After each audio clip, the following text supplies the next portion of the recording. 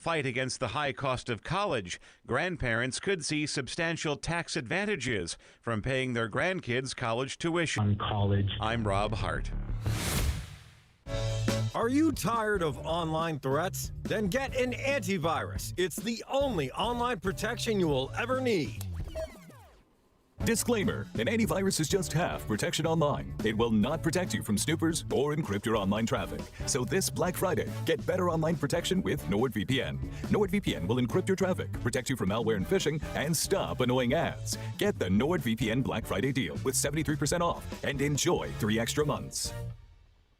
Do you have $10,000 or more in credit card debt? Are you barely getting by making minimum payments? With credit card debt reaching all-time highs, National Debt Relief is letting everyone know about great debt relief options now available to help people with overwhelming credit card debt. These options may reduce a large portion of your credit card debt. Get a free debt relief consultation when you call 800-548-4040. 800-548-4040. That's 800-548-4040. Attention Southern New England HVAC and mechanical contractors. Eagle Rivet is your trusted roofing partner for professional roof penetrations and flashing. We ensure your customers' roofs remain watertight during installations, protecting their warranties. We also offer complimentary roof inspections to identify potential issues before any HVAC work begins. Call Eagle Rivet today at 860-953-1231 or visit us online at eaglerivet.com. That's EAGLERIVET.com. Eagle Rivet is proud to support Rebuilding Together Hartford. Hi, this is Joel Johnson with Johnson Brunetti. Do not make mistakes when it comes to Social Security decisions. Get our free guide, Social Security Decisions. Call or text the word security to request your copy. 1-800-705-1232. Call or text the word security to 1-800-705-1232 to get your free guide. 1-800-705-1232. Investment advisory services offered through JB Capital, LLC, a registered investment advisor. Insurance products offered through JN Financial, LLC. You're listening to Leaf Filter Radio, and the guru of gutter protection himself, Chris Cunahan, is here to take your most pressing leaf-related questions and bring you a special Black Friday offer. Hey, everybody, Chris here. I understand we have Ron on the line. Ron, where are you calling from? Uh-oh. Ron, are you calling from a ladder? Well, I was. I wanted to ask Chris what I need to do to get my gutters ready to have leaf filter installed. Oh, Ron, you don't have to do anything. A Leaf Filter Trusted Pro will come out and clean out your gutters, realign and seal your gutters, and install Leaf Filter, America's #1 gutter protection system. So I didn't need to get on this ladder? Ron, Leaf Filter Trusted Pros are in your neighborhood and ready to help. Just visit leaffilter.com/deal to schedule your free gutter inspection and get up to 30% off. Thank goodness. What was that site? That's leaffilter.com/deal. And now, as a special Black Friday offer, you can get a free gutter inspection, plus up to 35% off. This is our best offer of the season. Unlock it now at leaffilter.com/deal. See representative for warranty details.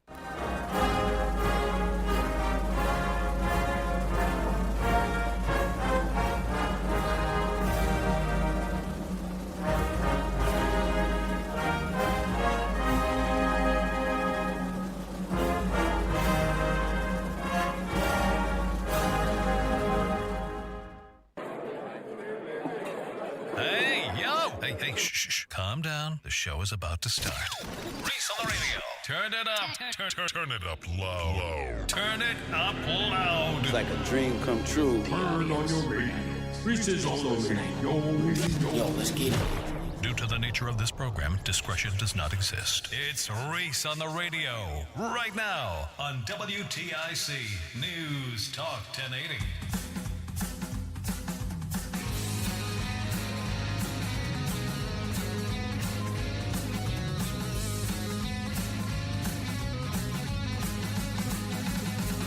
You know, they once said, the South will rise again.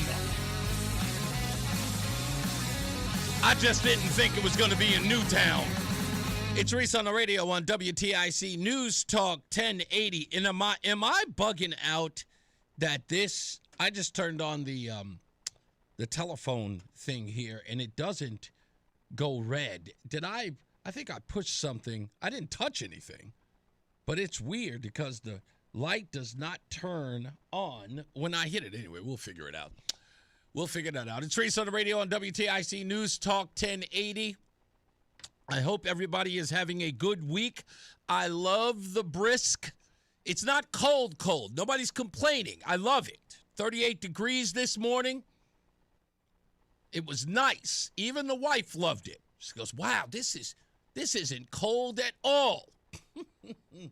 Boy, is she in for a rude awakening. But it's a nice temperature. It's the reason why I love jacket weather. I just do. And, yeah, exactly. Hoodies, good point. I'm not much for hoodies, but I like a good sweater. Maybe even a sweater vest. I'm at that age where sweater. I like a good sweater vest. There's nothing wrong with that.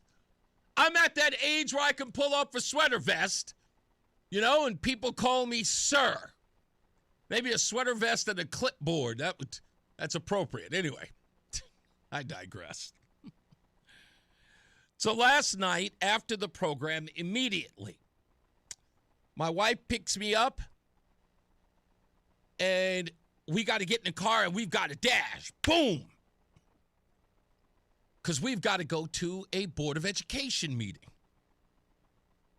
Well, I did not know that I was expected to make a speech, but I did. More on that in a minute. But I went down to Newtown, and the only unfortunate part of that was I didn't get to show my wife what Newtown looks like during the day. It's so idyllic. It's so beautiful, as are many places here in Connecticut. None of it is the same. The only way that it's the same is just that it's beautiful. But it's got its own set of beauty in different areas. You know what I'm talking about. And so we get there and we get down to the Board of Ed meeting, and we're waiting there. We see Wendy. Her 2 kids are there. Her son immediately recognized me, gave me a high five like we were old pals. We sat there and we waited. They pushed the meeting back to 7:30. We get there, and it was long. Oh, it was forever. We didn't get out of there until about 10 o'clock. It was supposed to start at 7. It got pushed back to 7:30. They gave a presentation about all of this other growth that's supposed to happen in the school. It was about migration into this town and the growing number of students in the town. It was a whole bunch of stuff. I know why people don't go to these meetings. Oh, they're boring as hell. They are.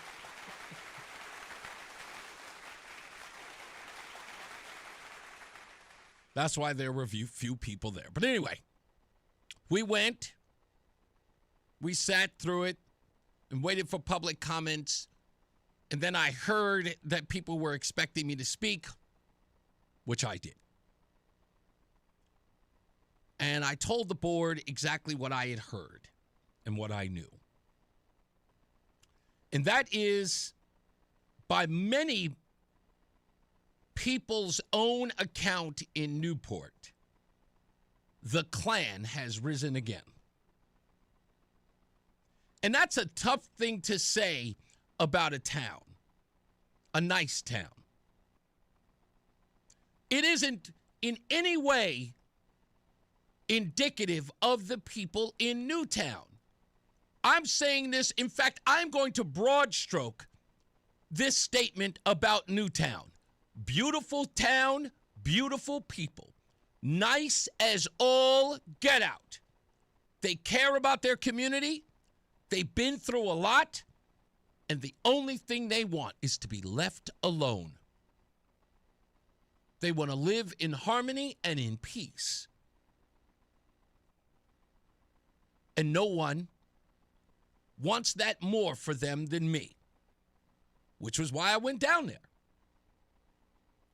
Nothing upsets me more than watching grown folks be afraid. I can't understand. I don't get it.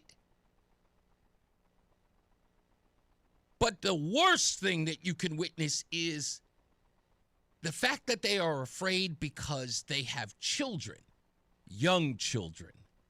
Some of them preteens, early teens, but teenagers, but some of them young. And out of fear for their children, they must be silent. Let me give you a little breakdown of what's going on down in Newtown, if you didn't know. Imagine your kid is being accused of racism. Unsubstantiated claims that your child is a racist. There's no documentation of it. There's no recording of it. There was just an accusation. That kid said the N-word. That kid was racial to that kid. The child's sitting there going, I didn't do that. But it doesn't matter.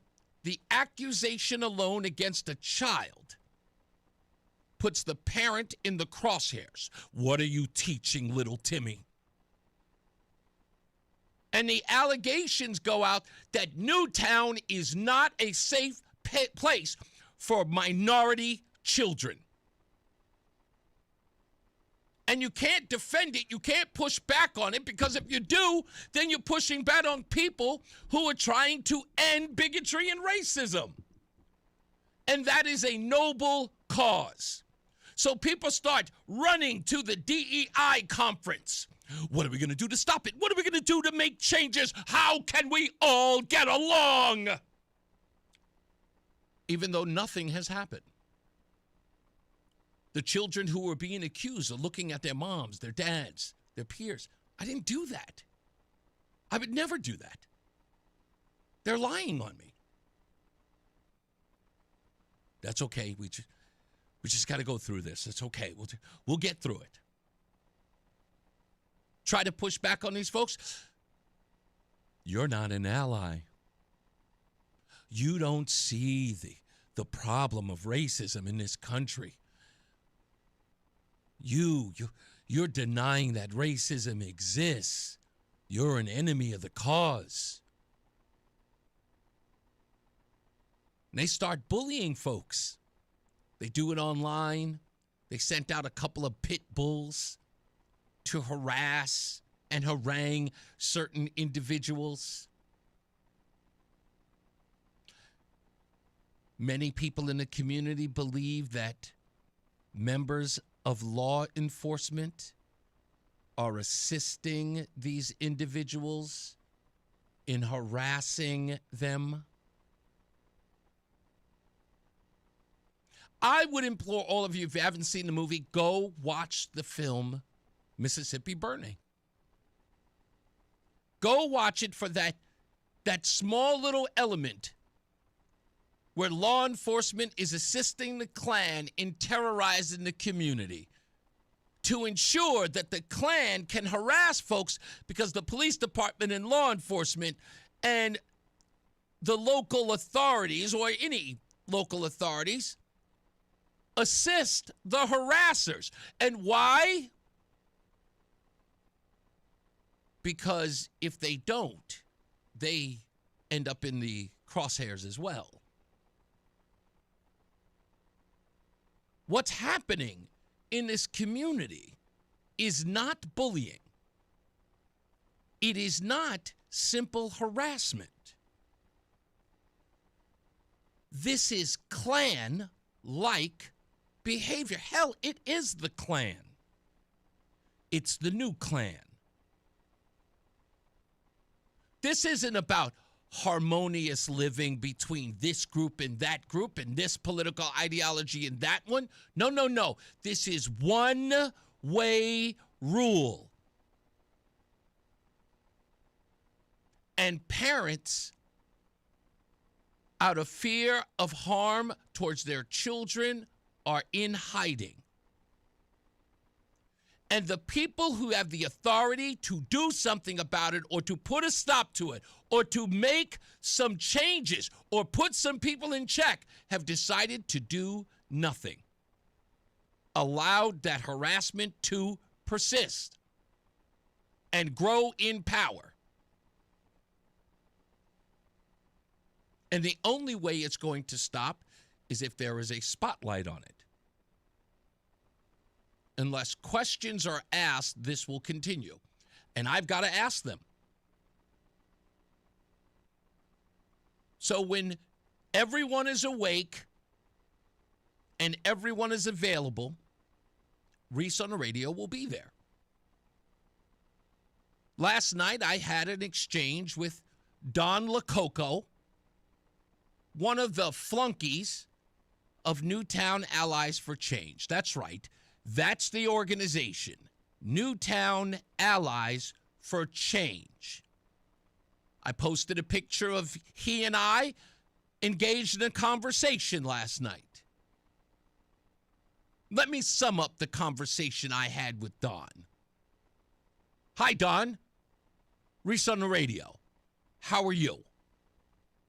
I'm fine. Are you a member of Newtown Allies for Change? Yes, I am. Explain to me exactly what your organization does. Now listen closely to Don's answer. We keep people safe. Now either Don is stupid or he doesn't remember anything about history. That's what the Klan said. The Klan was keeping their community safe from people who were trying to change their way of life. I went on to ask Don, keep them safe from what? He says, I don't understand the question. Sir, you said what you're doing is keeping people safe. How do you not understand the question? Safe from what?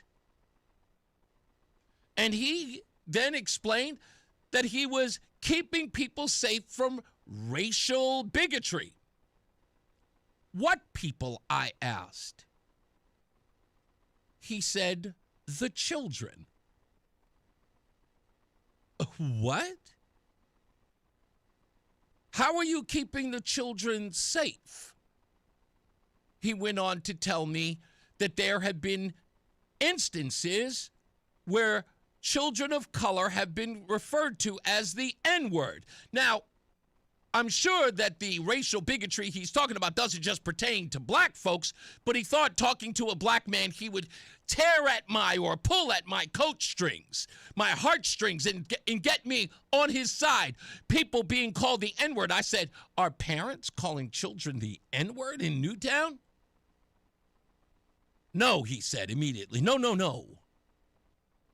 I said, who's calling them the N-word then? He said, other children. To which prompted me to ask, then what is the Newtown Allies for Change doing to the children, or when children call other children the N-word? Is Newtown Allies for Change confronting children? Are they interfering in those exchanges? What are they doing? Are they seeking punishment for those children? Are they using their power to inflict some sort of penalty on children who might use these words? He became defensive. I start asking him questions about other members. He starts talking about people threatening those members' jobs. That's not what I'm addressing, sir. I'm addressing the safety that you are giving to children as an organization. He became very, very defensive, almost afraid, and started saying, no. This is done, man. I'm not, this is over. This is over, he said, as he backed away. I stood there, and I'm sure there's a videotape of this because that was all being filmed, like in the room. It is all on camera. I stood there as he backed away, stumbling through the chairs, somewhat fearful of my questions. So I posted that online. You can see it on Facebook. You can see it on my X account. Don knows what happened. We told Don to please inform the folks at Newtown Allies for Change that we'll be talking to more members. We'll be asking them questions as well to find out exactly what type of change they wish to bring to the town of Newtown. Clearly, Don was sent to that meeting to just do recon, see who's there, take photos so he can report to his troops back at the Newtown Allies for Change. But I would insist that in the future, you bring somebody more competent that we can speak to, because we will be back, and we're going to be back a lot. When we come back, more news and more views than you can shake a stick at. It's Reese on the Radio on WTIC News Talk 1080. This is Dale for Northeast Men's Health, where we've successfully treated thousands of men for low testosterone and helped them feel like their old selves again. Please take a moment and listen to how we help Kurt. You're supposed to be on fire as a person. You're supposed to want to get things done. I started having anxiety out of the blue, low libido, brain fog, not feeling driven. Literally had to push myself every day to get up and get things done. I was driving and I heard Northeast Men's Health on the radio, and the first consult seemed reasonable, so I decided to give it a call and made an appointment. They found that I had low T, and after that it was like a light switch got turned on. I've been a patient at Northeast Men's Health for about 9 months now. Everything's gotten a lot better in my life. Energy, feeling, just work, a whole lot better. Even my kids notice. They're like, Daddy's got energy, Daddy's ready to go. If you don't feel like that, I would suggest calling Northeast Men's Health. Thanks, Kurt. It's true. Low T therapy will likely change your life. Your initial appointment is only $99 with results in minutes. And if you start on testosterone the day of your appointment, your visit is free. Call today, 800-930-5956, or go to northeastmenshealth.com. This is an important public service announcement for our listeners. Brian and Company is also a podcast. You can find us anytime on Apple Podcasts, Spotify, or wherever you get your podcasts. Catch the full episode, listen by individual hour, or jump straight to the highlights. Just open up your favorite podcast app, search Brian and Company, and hit the follow button so you can get every minute of the show your way and on your time. Follow WTIC News Talk 1080. Don't miss out on important updates in Connecticut. From breaking need-to-know news, weather alerts, and more. Follow WTIC News Talk 1080 on the Odyssey app now. Manchester native John McCluskey won the first Manchester Road Race in 1927. His younger brother, Joe McCluskey, continued the tradition. Joe, who would later win an Olympic medal, won the Thanksgiving Day run 3 times during the 1930s and again in 1947. They are the only pair of brothers to win the race. Start your own family tradition this Thanksgiving. Register for the Manchester Road Race now at manchesterroadrace.com. That's manchesterroadrace.com. The Manchester Road Race is a great local tradition, and WTIC News Talk 1080 is proud to be a partner. WTIC has been Connecticut's radio station for 100 years, with local talk shows talking about the things affecting our state and nation. Mornings with Brian and Company, 5:30 till 9, and Reese on the Radio, 2 till 6, plus local news, weather, traffic, and sports. All on WTIC News Talk 1080, because local radio is just better. And now, a WTIC News Update.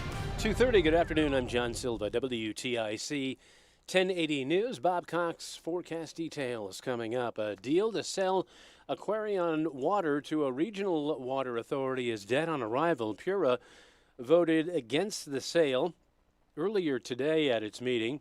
The sale by parent company Eversource, $2.4 billion proposed sale, would have sent customer bills skyrocketing, said a number of officials who gathered earlier this week. Person was killed in a pedestrian crash in Bloomfield today. The male victim struck in the area of Woodland Avenue by a dump truck. There's no word yet on whether any charges will be filed. Restaurant at Foxwoods is temporarily shuttered. David Burke Prime Steakhouse caught fire on Tuesday. 3 firefighters sustained injuries in putting that blaze out. They've since been treated and released from an area hospital. Middletown's school superintendent has been sent packing. On Tuesday, the Board of Ed terminated Alberto Vasquez Matos. They say he let his certification slip. He was arrested over the summer for DUI and carrying driver's licenses from multiple states. Harvard has reopened an investigation into connections between former President Larry Summers and Jeffrey Epstein. Meantime, Summers' office said he was resigning from OpenAI. The university didn't mention Summers by name. However, the decision to restart the probe follows the release of emails showing that Summers had maintained a friendly relationship with Epstein long after The financier had pled guilty to soliciting prostitution from an underage girl. Justice Department says the grand jury that charged former FBI Director James Comey wasn't presented with a copy of the final indictment. Prosecutors made the acknowledgement under questioning today from the judge overseeing the case. WTIC News Time, 2:32. Here's Bob with the forecast. High pressure building into the area over the next couple of days will keep us dry right into Friday. Temperatures getting up to about 45 to 50 this afternoon. The average high for this state is 50 degrees. We'll see sunset at 4:26. Tonight, it's clear early. Some high mid-level clouds showing up late tonight. Lows in the 20s to around 30. Tomorrow looks partly to mostly sunny. Highs be in the 40s. Probably start out with some high mid-level clouds in the morning, and it should be fairly sunny Thursday afternoon. Partly cloudy Thursday night. Lows 26 to 32. Friday, partial sun. Highs in the low 50s. Few showers around Friday night, but then becoming mostly sunny Saturday. Highs in the low 50s. Sunday and Monday look mostly sunny. The high near 50 Sunday, 50 to 55 Monday. I'm meteorologist Bob Cox in the WTIC Weather Center. Markets mixed this Wednesday. The Dow is down 150 points. The Nasdaq's up 31. S&P is down 2. I'm John Silva, WTIC 1080 News. You've tried it all. Bad diets, tiny portions, expensive injections. At Awaken 180, our medication-free program teaches you how to eat for your body. Plenty of food, sustainable results, and lifetime support. Visit awaken180weightloss.com today. Find what you love, love what you find. A Total Wine and More. There's so much waiting for you. Spirits and beer, thousands of wines. Walk right through the door, it's all here to explore. With guides in the know and prices so low, it just might blow your mind. You're gonna find what you love and love what you find. Drink responsibly, B21. Wesley Financial Group is not a law firm, and Chuck McDowell, definitely not an attorney. This is Chuck. Do you feel stupid for buying a timeshare? Don't. It's not your fault. You were most likely told you could rent it, and it was a great financial investment. And the deal was available today only. If this happened to you, contact your resort or Wesley Financial Group for help today. Call Wesley now for your free exit information kit. 800-791-1313. 800-791-1313. Wesley Financial Group is not a law firm, and Chuck McDowell, definitely not an attorney. This is Chuck. Do you feel stupid for buying a timeshare?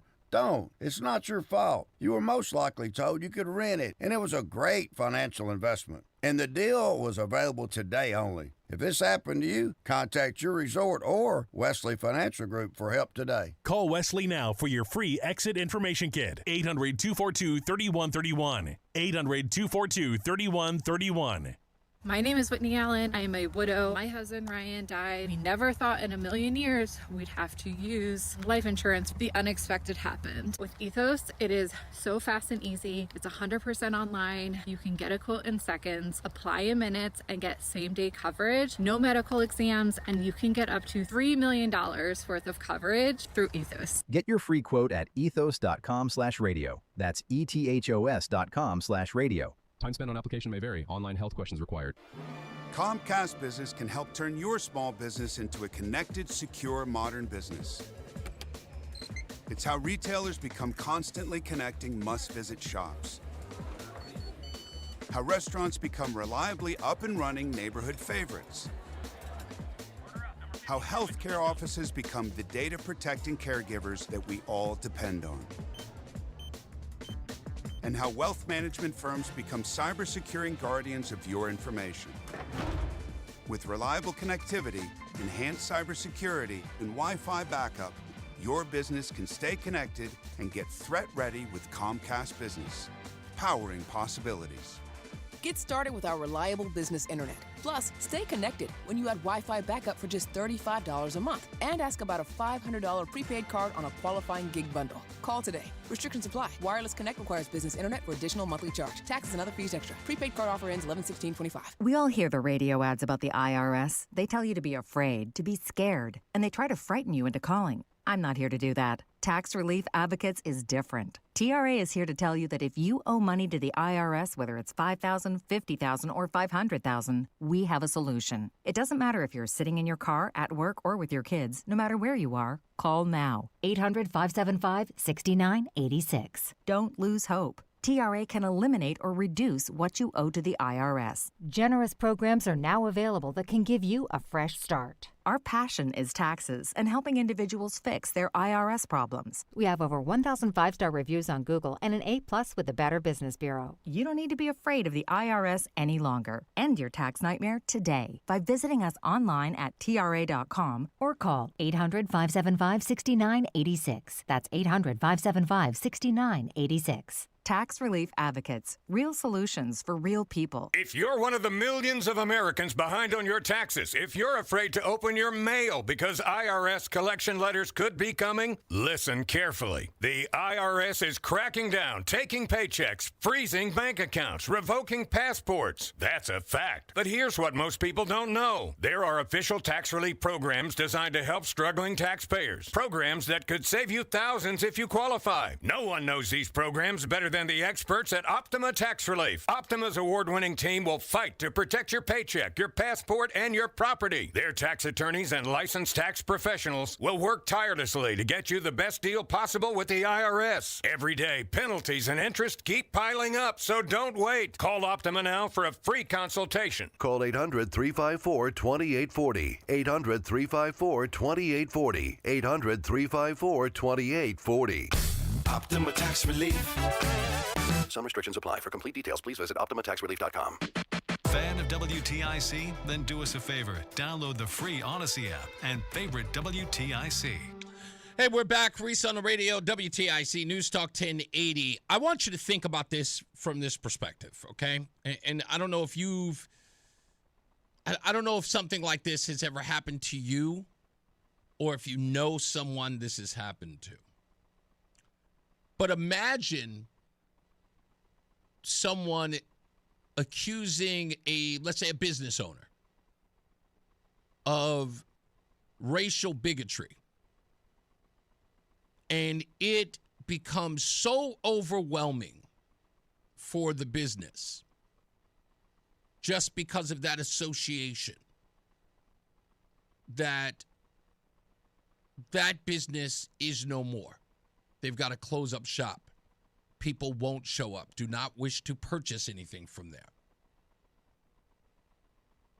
Imagine someone having the power to do that just based on that accusation. Unfounded. But any association would then make you that bigot or that racist. I've talked about this before, and maybe I haven't talked about it enough. But I'll bring it up again. And it's just one of those things that when I bring it up, I almost get incensed. Like I don't usually get that incensed by stupidity. I have no relation to this guy. I've never met him. We are not friends. We're not buddies. We're not pals. It's George W. Bush. And I know this is one of those things that's sort of like, it's not even relevant. There's nothing historic about it. It was just one of these moments that just drove me bananas because it let me know the power of the simple accusation of racism.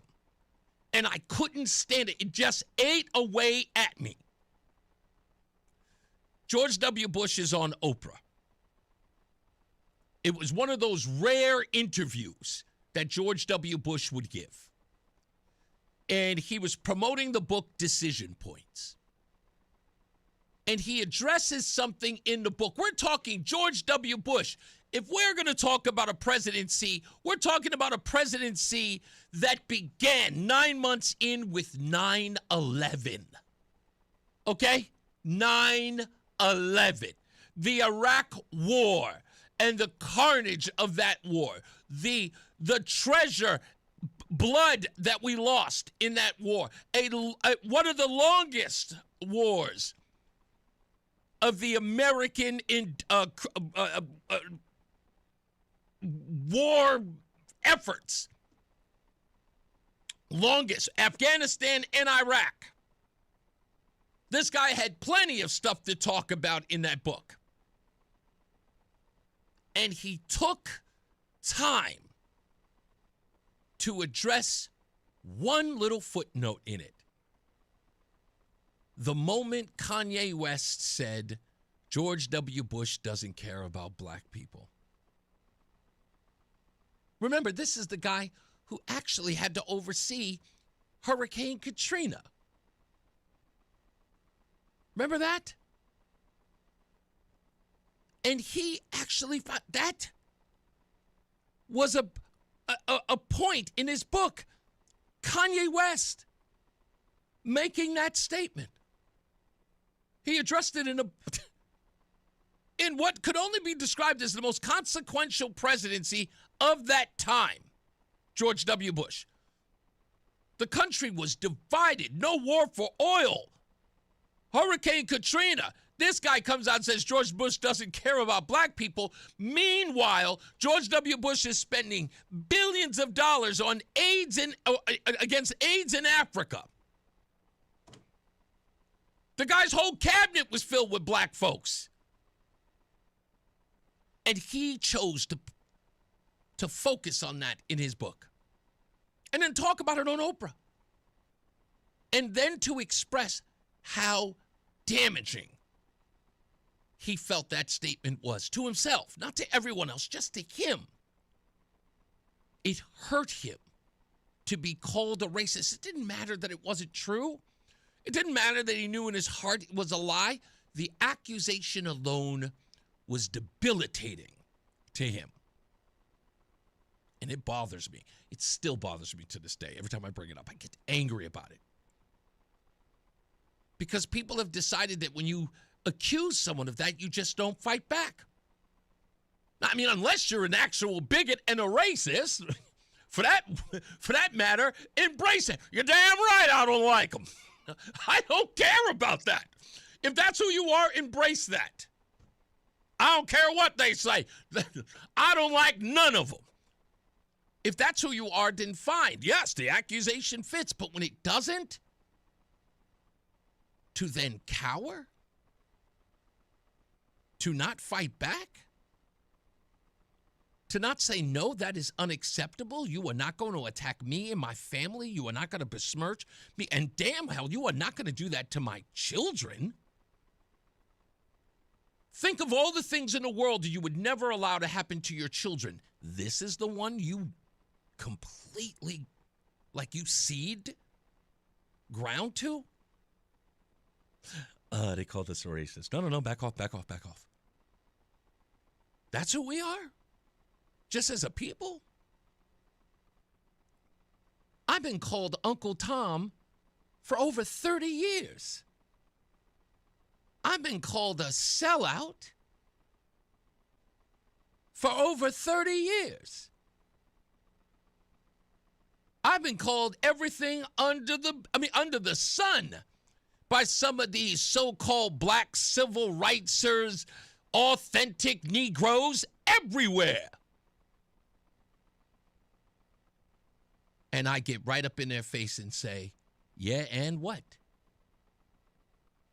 This means what? I have taken the power from every one of these fools.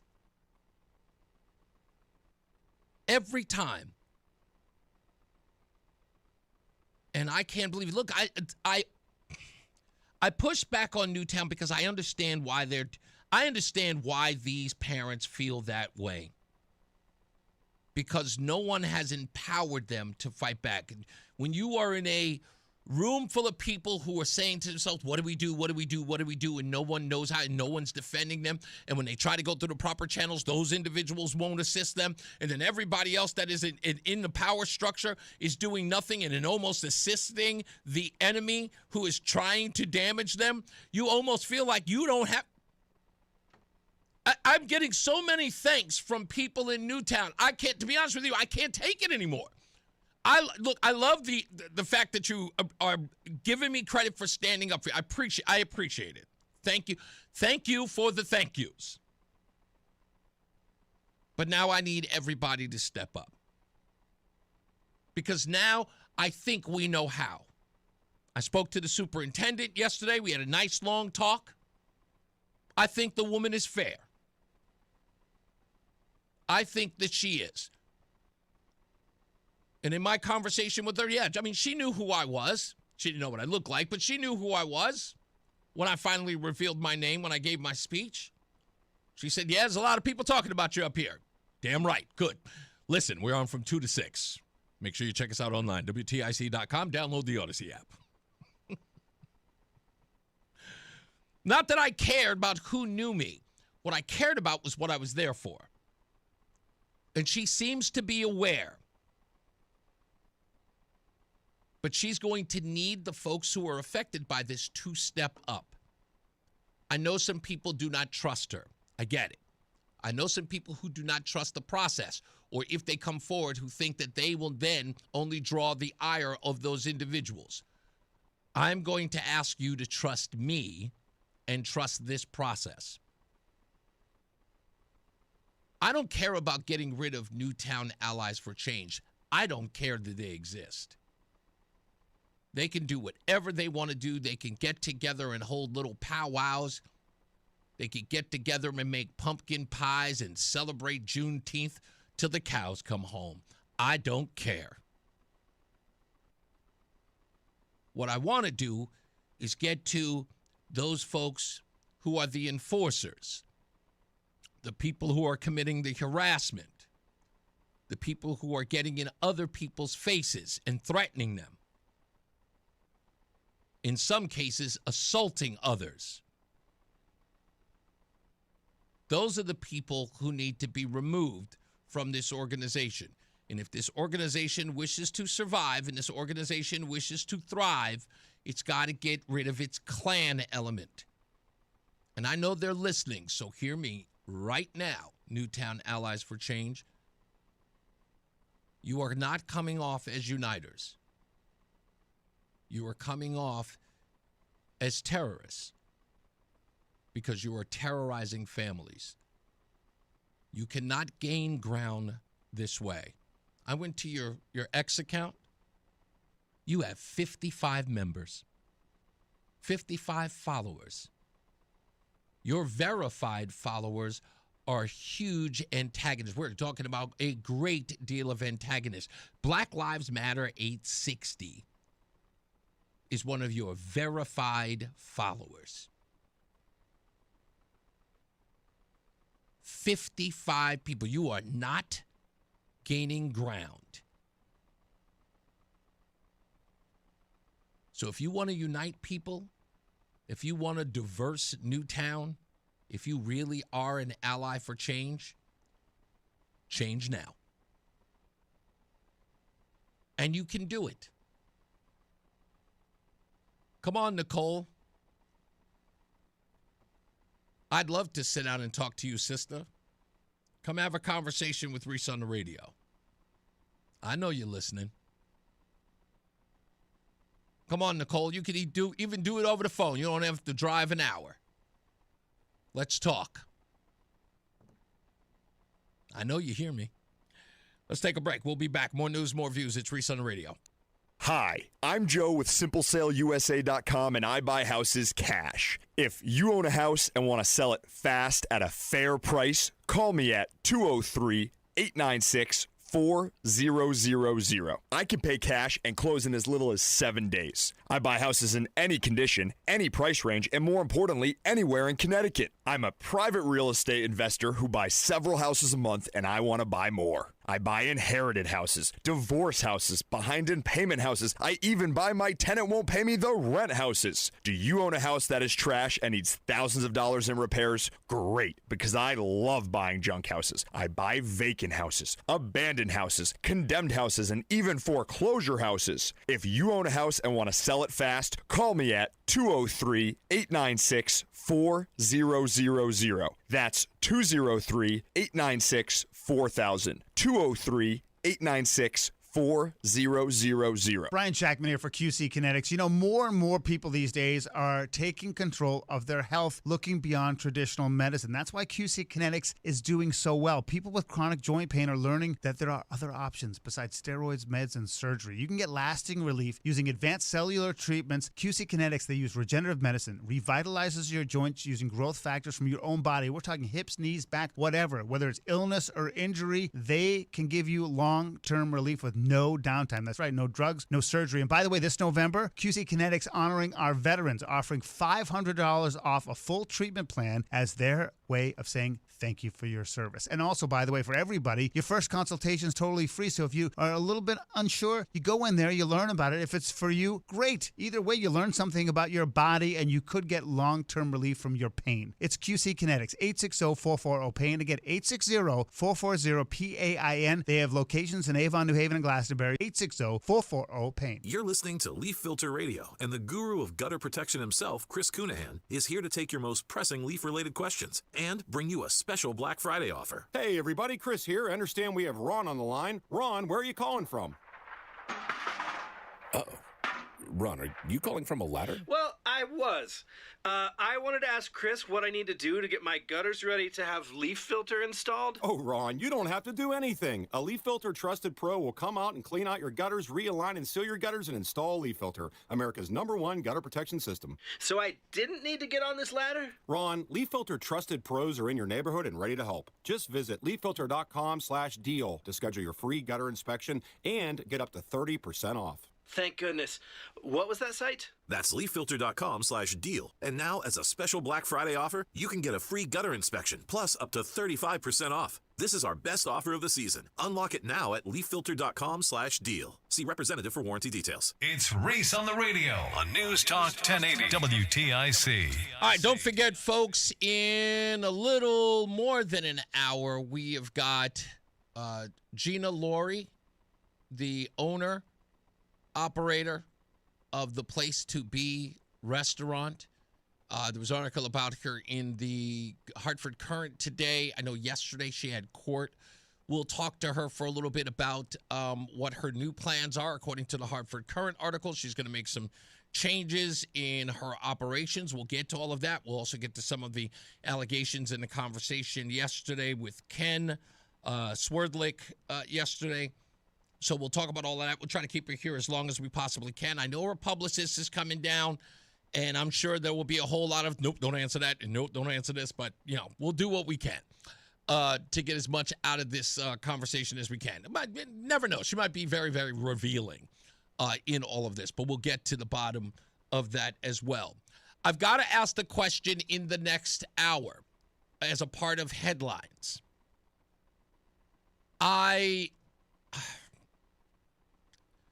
Again, I don't ever like to do this because of what I just said in the last hour. But I'm concerned. And there are plenty of people in the black community who are concerned about Attorney General William Tong. And it has now come to my attention that many people in the black community believe that William Tong may have a bias with black folks. And I don't know whether or not that's true. I'm not making the accusation, but it is a legitimate question based upon a couple of factors. And I've talked to a lot of people who are in government here in Connecticut. No one will say it out loud, but they do tend to believe that William Tong, when it comes to certain groups, he is very gung-ho, and others not so much.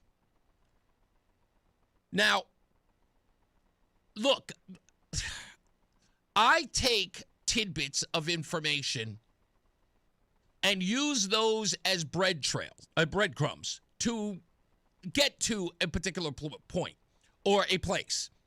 This evidence is always relevant. We know who William Tong is. We also know where his family is from. We also know what is a deep-rooted problem within the Chinese culture. when it applies to race and African Americans. This is not folklore. This is verifiably true. It's not even like fringe. It is 100% true. Let me give you a small example. You can find this online. In fact, I would ask everybody to go online and look it up. I think I have it here. Here we go. This was in 2016? Yes. In 2016, an infamous Kawabi detergent ad showed a black man being shoved into a washing machine by a woman. Now, in the ad, it appears that the black man is dating the Chinese woman. In that ad, because I've seen it, he goes in for a kiss. She puts him into the washing machine. After the cycle is over, the person in the washing machine comes out as a light-skinned Asian man. Go see the commercial yourself. Roland, if you haven't seen it, have you seen it before? Go check it out. And it's Kawabi. If you're looking for the name of it, I'll spell it for you. It's Qiaobi. Kawabi detergent.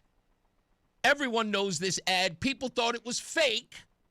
They thought it was like, nah, this is before the days of AI. It was like, no, that's not where that's true. It's a real commercial. That was in 2016. It's not in like 1916, 2016. I have others. What point am I trying to make? Well, there are two cases that William Tong is defending. Just saying that some of the language that is coming out of these cases from William Tong's office is suspect. But again, these are his words. I am not putting any in his mouth. His behavior here is very questionable. One that involves the sexual assault of a woman in jail, and the other of a fatal beating inside the jail. And his response to the communities that are looking for answers and justice. And it just doesn't, again, you see William Tong anywhere and everywhere, screaming and hollering about, illegals and Donald Trump. That seems to be his focus. But these cases that involved African Americans, it seems to have a little issue. I'll break it all down for you. Don't worry. Plus, we'll have one of the attorneys in one of those cases, in fact, both of those cases, on the program on Friday, and we'll get to that as well. That's Alex Taubes. We've had him on the show before over the phone, but he'll be in the studio on Friday. We'll get to all of that in a bit, so stand by. Let's get to the newsroom with John Silva.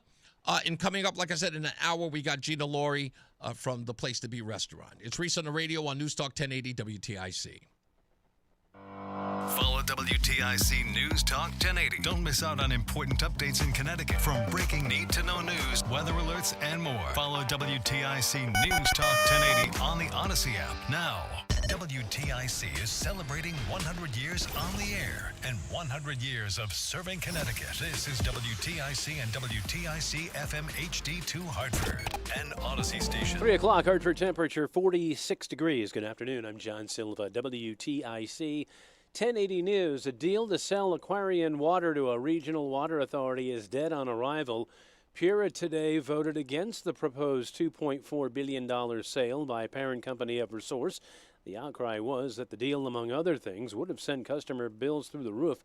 This is Commissioner Janice Beecher. A change of control in any form and under any terms must be suitable and should be demonstrably beneficial in meeting the public interest standard, supported by economic, financial, and legal analysis. Final vote was 4-0. Person is dead in Bloomfield after police say he was struck this morning by a commercial vehicle. Call came in around 6:30, the area of Woodland Street. Investigators say the victim was unresponsive and later pronounced dead. Police say the pedestrian sustained severe trauma. The dump truck was found at Woodland and Winterberry. Driver told police they were unaware of the crash. That person now cooperating with that investigation. The area of the accident was closed for a time but has since reopened. Saying homelessness is up 10%, the United Way of Central and Northeast Connecticut is starting a rapid response fund.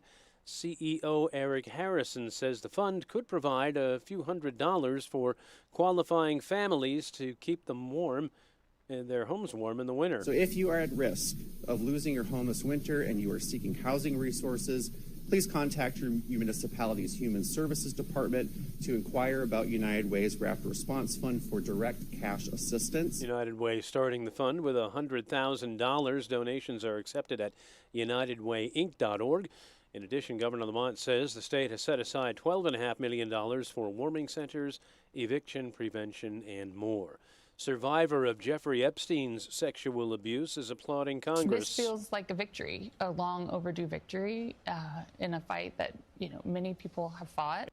Penny Farmer on CBS Mornings. The bill passed in both chambers of Congress on Tuesday and awaits the president's signature.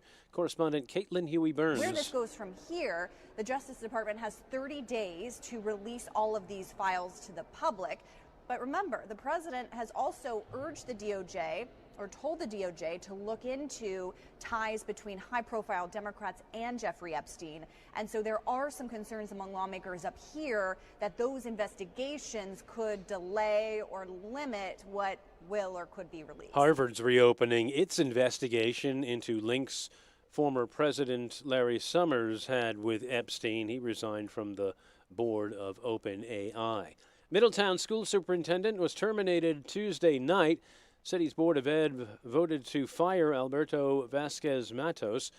He was arrested over the summer in Florida on DUI charges. Also was found to have multiple driver's licenses.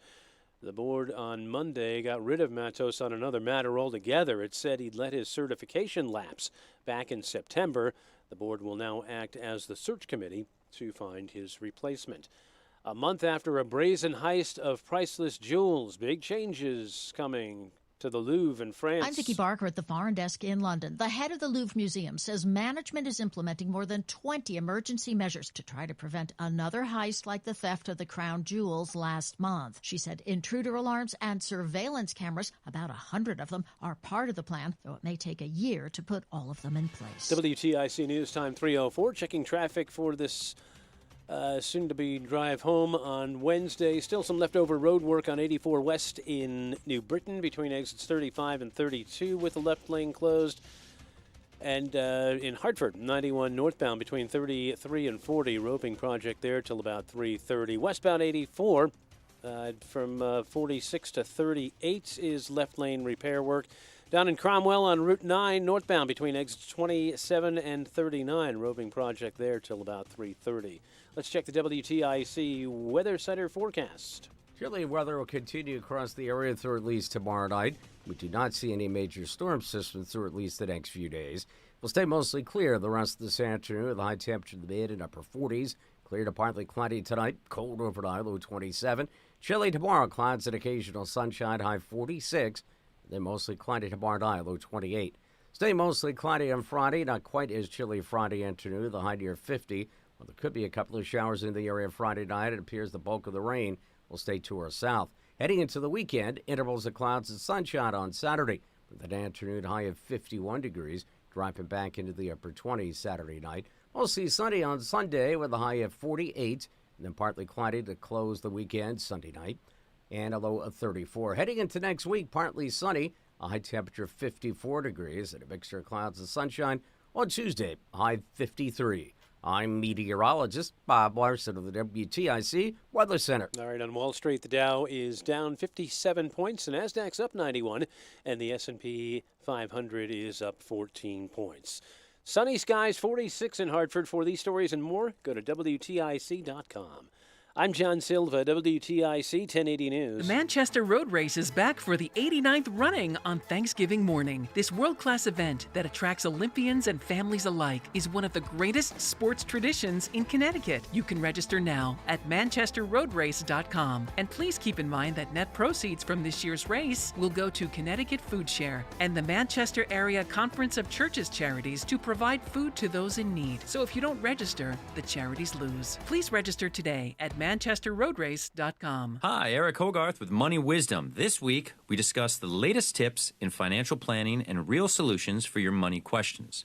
Don't just save, thrive with Money Wisdom on WTIC News Talk 1080. Columbia Dental has great care close to home. Our state-of-the-art network connects all 12 Connecticut locations, making appointments easy. Plus, our Waterbury office now offers a prosthodontist for specialized care. Schedule your appointment today, 860-645-0111. Life unfolds in ways you can never quite expect. A divorce, a death in the family, a personal injury. Each time you are left searching for someone new to trust. But what if you had a full-service law firm that knows you and a firm that can represent all your legal needs? With BPS Lawyers, you get more than a lawyer. You get a full-service law firm. Visit bpslawyers.com. BPS Lawyers, your lawyers for life. Proud full-service law partner of Yukon Athletics. Nick Payne-Dearis is responsible for the content of this ad. The Yellow Home Services believes when you support your neighbors, the local community gets stronger. That's why we've partnered with Food Share for the last 15 years, donating over 20,000 pounds of food and more than 1,000 turkeys. When you call a Yellow, you're helping those in need as well. Help make a difference when you call, click, or text today and say hello, a Yellow. Call for details. Licensed for safety. HIC 628926, P102776888, S1041347, D1040145, S3308699,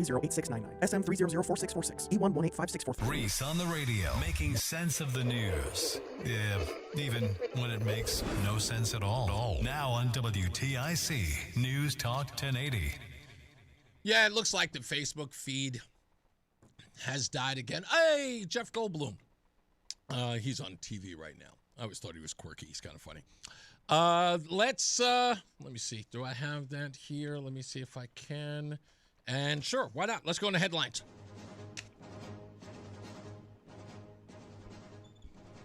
House Oversight Committee Chairman James Comer charged on Tuesday that Democratic leader Hakeem Jeffries' campaign solicited money from the Jeffrey Epstein.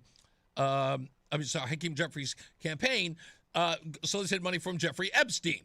The Kentucky Republican who is leading an oversight panel's investigation into Epstein cited a 2013 email from a political consulting firm inviting the notorious criminal to a Democrat Party dinner and get to know Jeffries.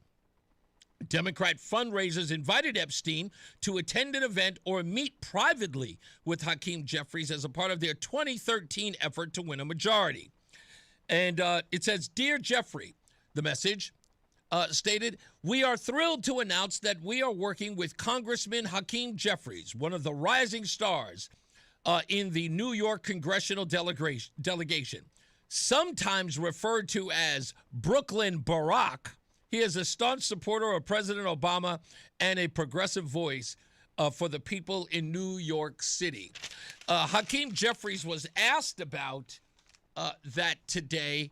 Let me see if I can get his comment here. I think I have an audio of that. He was asked earlier today. Yes, here it is. House Oversight Chairman Comer said yesterday on the floor that you had Jeffrey Epstein over for dinner and took money from him back in 2013.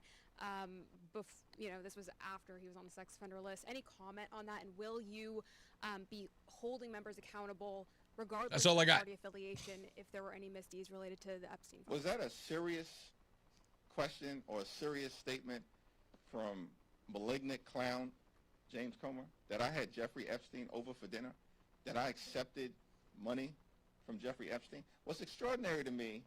He didn't deny it. That's what's extraordinary to me. He did not deny it.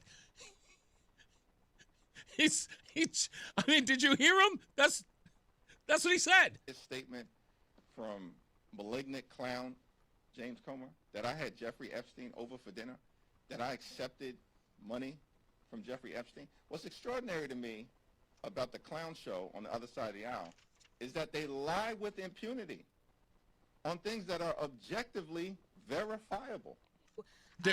They're not objectively verifiable in the sense that Hakeem Jeffries would like us to know, because we have a copy of the actual letter, which is available everywhere for you to find. And it says, "Dear Jeffrey, we are thrilled to announce that we are working with Congressman Hakeem Jeffries, one of the rising stars in the New York congressional delegation, sometimes referred to as Brooklyn's Barack. He is a staunch supporter of President Obama and a progressive voice for the people of New York City. I did a profile piece about his work on the vitally important budget and judiciary committees in Washington. You can watch the video here or read the text below. Hakeem is committed to electing a Democrat majority in 2014. He is encouraging his friends to participate in the DSCC fundraising dinner with President Barack Obama this coming Monday night. Shoot us an email or give us a call if you would like to get involved with the dinner or would like an opportunity to get to know Hakeem better. He is an impressive guy, and who will be a progressive voice in New York politics for years to come." So, yes, they did solicit him. It is an absolute fact, and anything that Hakeem says afterwards is a straight-up lie. As I mentioned, civil rights attorney Alex Taubes, who will be on the show on Friday, is alleging in a letter to Attorney General William Tong yesterday that his office had engaged in a pattern of victim blaming toward a woman suing the state after she was sexually assaulted at a York correctional institution. LaShonda Gregory, who was first incarcerated at York in 2014, filed a claim for $2.5 million with the state claims commissioner in June of 2023, alleging that she had been sexually assaulted by two corrections officers in 2022. Quote, "There were signs there was inadequate safety and security, and the Department of Corrections showed carelessness in its effort to comply with the Prison Rape Elimination Act and in preventing sexual misconducts," Gregory wrote in her claim. On November 6, Claims Commissioner Robert Shea gave Gregory permission to sue the state of Connecticut for negligence. A few days later, Assistant Attorney General Matthew Beiser sent an email to Taubes, who is representing Gregory, saying that the Supreme Court was likely to side with the state and offered a settlement of $25,000. In the email, Beiser said that Gregory was the instigator/willing participant in the incidents of sexual assault, making her contributory negligent. After Taubes shared the email with the Connecticut Insider last week, 12 female lawmakers sent a letter to Tong expressing concern about the email, about the language. Tong has responded to the letter to lawmakers on Monday that he said the language in the email had been misrepresented and did not reflect the position of the state, which is where we are now. We'll have, again, Alex Taubes on the program on Friday. He just confirmed this morning. A third person has come forward to say that he voted for Ward 3 Alder candidate Miguel Pittman in exchange for a warm meal while homeless. The voter also stated the campaign filled out a form that listed him as living at an address where he had never stayed. The account marks the latest allegation that campaign supporters offered unhoused or homeless people food if they voted for Pittman in the Ward 3 Alder race against incumbent Alder Angel Hubbard. Hubbard, the Democratic nominee, wound up beating Pittman, a registered Democrat who ran on the Republican and Independent party lines, by a final vote of 347 to 302. The day before the election, each campaign filed a complaint about the other with the State Elections Enforcement Commission. Pittman claimed that Hubbard's supporter and former Ward 3 Alder Ron Hurt registered to vote at an address at which he didn't reside, while Hubbard submitted statements from two other unhoused voters who said they were offered food in exchange for voting for Pittman, along with allegations that Pittman's campaign illegally collected absentee ballots.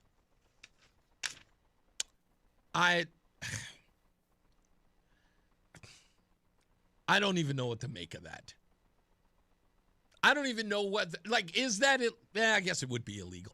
I guess there's no other way to spin it. It just is illegal. There's no other way to put it. But using homeless people, hey, whatever, Democrats. Finding new and inventive ways, Got to applaud your hustle. Georgie, how are you, sir? Hi, Russ. I'd like to talk about artificial intelligence. What about it? This is not a second industrial revolution. This is the end of industrial revolutions. Because it will. This is Armageddon. You know how they describe Armageddon as an atomic war or a killing virus. This is just that. It's the end of our economy as we know it. Let me ask you this, George. Hold on. Let me ask you this.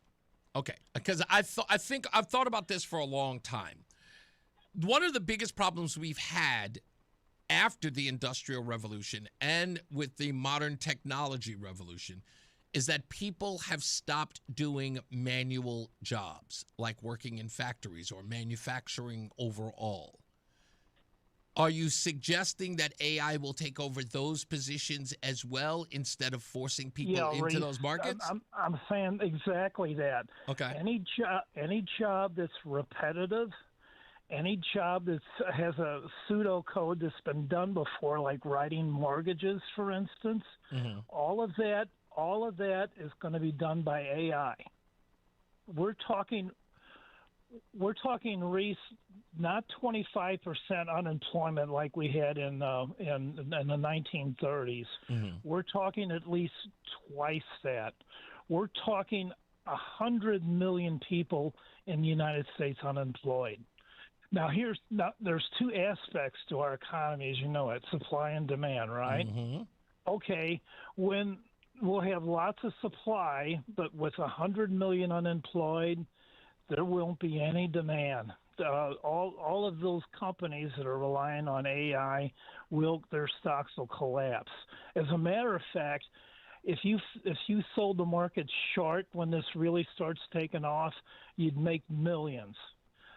Those very companies are gonna collapse. Why are so many investors backing out of the AI space as far as that's concerned? There's been a lot of reports of people expecting what's called the AI bubble burst. Why are so many people pulling out? Well, we're in the inventive stage, right? Okay, it still hasn't been solidified yet, I guess you'd call it. Now, this is the biggest subject you could ever talk about. This pales in comparison to politics or religion or anything you can think about. AI is our destruction. Yeah, but wait a minute. When you say this, because see, people are listening to this and they're going, yeah, George, sure it will. Everybody's been saying that for the longest. So let's put a timeline on this. What are you talking? My lifetime, your lifetime? We're talking 100 years. We're talking. Do you think 5 years? We're talking. We couldn't get a flying car. We're barely going to get a flying car this year. No, but we're talking about automation here. Yes, we're talking about automation, and it's probably exponential here. Look, Reese, I got a degree in engineering. Okay, I got a degree in statistics. I know what's going on, and I know what can be automated. Let me give you another example. An atomic power plant that could be completely automated. The whole thing. The whole atomic plant. Now that gives you, we're talking hundreds of people that would normally be employed in an atomic power plant. Don't need it. Also, it could be all centrally controlled as well. You control. What do we have? 100 atomic plants out there today that could be all centrally controlled. I totally see. Look, I see exactly what you're talking about. When we had the longshoremen strike, there were plenty of these videos that came out of China where people were working inside one little data center with remote controls, moving all of the shipments on the dock. That was amazing to me. And again, that's quite possible that these longshore, these docks would look like that. It is amazing. It is amazing. But all those people that were once employed, now they're relying on subsistence from the government. And by the way, there won't be any SNAP. There won't be any Social Security. All that is wiped out by AI. All that money that once went to the government, gone. All that is gone. This is I don't know any other way to put it. AI is our demise. I think it might. I think stop doing it. No one's going to stop doing it, George. But I think your 5-year sort of clock, as it were, I think that's way too soon. I just do. I just know it is, because I think in some degree you're saying that there's going to be so much irresponsible behavior by the folks who are in charge that they would, in essence, wipe out their workforce and then put them out either on the dole or. Reese, there's something else too. There's value. People take their value in work. That's going to be gone too. Again, like I said, what you're talking about is literally in essence, you're putting the idea that the people who own these businesses will then choose AI over human beings and therefore leave those people out if they know that they're demise. I don't think it's that nefarious of a thing. There'll be more value in automation and in robots than there will be in people. Okay. People will lose. I'll put it to this way. Value. If that was the case, I would argue that remember the big argument that said that women make 77 cents on every dollar that a man makes. And the whole argument was, well, good, then why don't we just hire women so companies can save money on their overhead? Reese, let's put this another way. The Terminator 1. Terminator 1. The first Terminator. Hey, I know everybody thinks that Skynet is real, or it's coming. I totally get that. But I think that a lot of it is pure fantasy, and I think it's doomsday, folks. This is big. I mean, this is the biggest topic if I'm you here, could ever talk about. Look, if I'm here, what's this year? 2020. Okay, if by 2030 we even have something remotely close to what you're talking about, George, I will cede. I will completely say, "Hey, George called it." I promise. Thanks, boss. I appreciate you. Yeah, I don't know. Doomsday clockers, there's a part of them that I kind of go, all right, that's interesting. Right? That's kind of intriguing. It's like, maybe they're on to something. So I kind of keep an eye on them. Just make sure I check out an episode every now and again. It's like, hey, what are the Doomsday Preppers talking about this week? You got to keep an eye on them. They're not that fringe, okay? You got to kind of keep an eye on them. You check them out, see what they're doing. Oh, look, I like that bunker. That's nice. Hey, an apartment inside of a mountain. Not bad. You kind of keep them. You keep them at arm's length. That's all. Some of them are a little wacky. You know that. Some of them are all over the place. Not that George is. I'm not saying that George is that guy, but there's some people you kind of go, all right, let's just watch them. Keep an eye. We may need them. Be friends with them. Send them an email now and again. Hey, like what you're doing. Keep me posted. So in the event that something happens, you can go, hey, remember me? I was thinking about hooking up.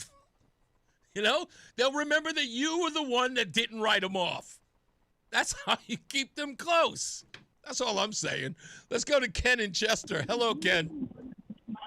Hello. I forgot the name of the fellow that was just on. George.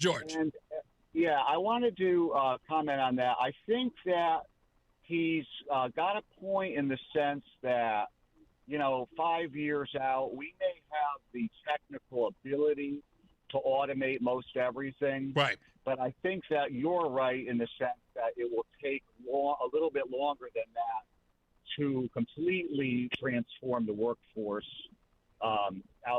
partially out of, or maybe fully out of existence. But I think that that will happen in perhaps 10 years or more down the line, because I think that the amount of capital that it would take to completely automate, even though that, they would save money on labor in the long run. Right. I think that it would just take too much capital for these companies to, do it overnight. It would have to be a little bit more gradual. And I think in some cases, right, I look at, let's take one of the things that we're very concerned about as a nation is about our declining birth rate in the country, right? As our country loses more of its population and there's little growth, and as we lose certain industries or people who are in certain industries, we may have to automate based upon the lack of employees or people who work in said field. That would make sense. But an overall, let's just automate everything, leave no stone unturned approach to automation, I don't think that's their effort at all. Yeah, I mean, it may not be their intention, but I could see why it could, be the old adage of a slippery slope. I could see why that eventually with time it could be, if it's seen as a huge cost saver and that a la making a big profit, expanding profit margins, that's going to be a big temptation. You're 100% right in the sense of what's it going to take a company to automate everything in there? It'll probably cost them a cool $1 billion.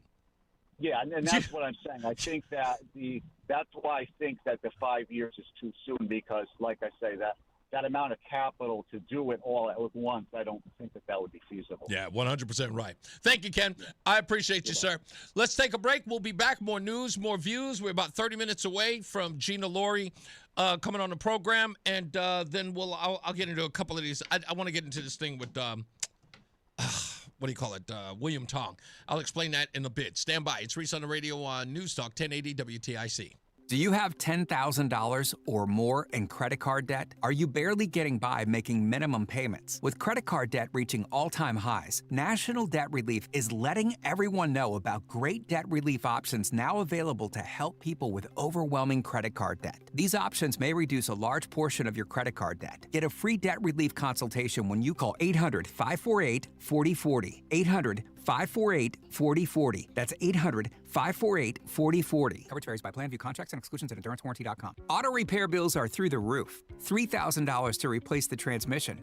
$4,000 for a blown engine. And if your manufacturer's warranty is expired, you'll have to cover it all out of pocket. You need an Endurance Auto Protection Plan. No matter what the mileage, if your car is under 20 years old, Endurance can get you covered on the engine, electrical system, transmission, AC, drivetrain, and more. Endurance has plans for any budget. Repairs can be done at the certified mechanic of your choice, and they're paid directly with no middleman. Plans cover 24/7 roadside assistance, towing, battery jumps, fuel deliveries, tire changes, lockout services, and a 30-day money-back guarantee. Act now and get our elite benefits, including complete tire care and key fob replacement. A $2,000 value at no extra cost. With Endurance, you could never pay for covered auto repairs again, so call now for your free quote. Call 800-253-6203. 800-253-6203. 800-253-6203.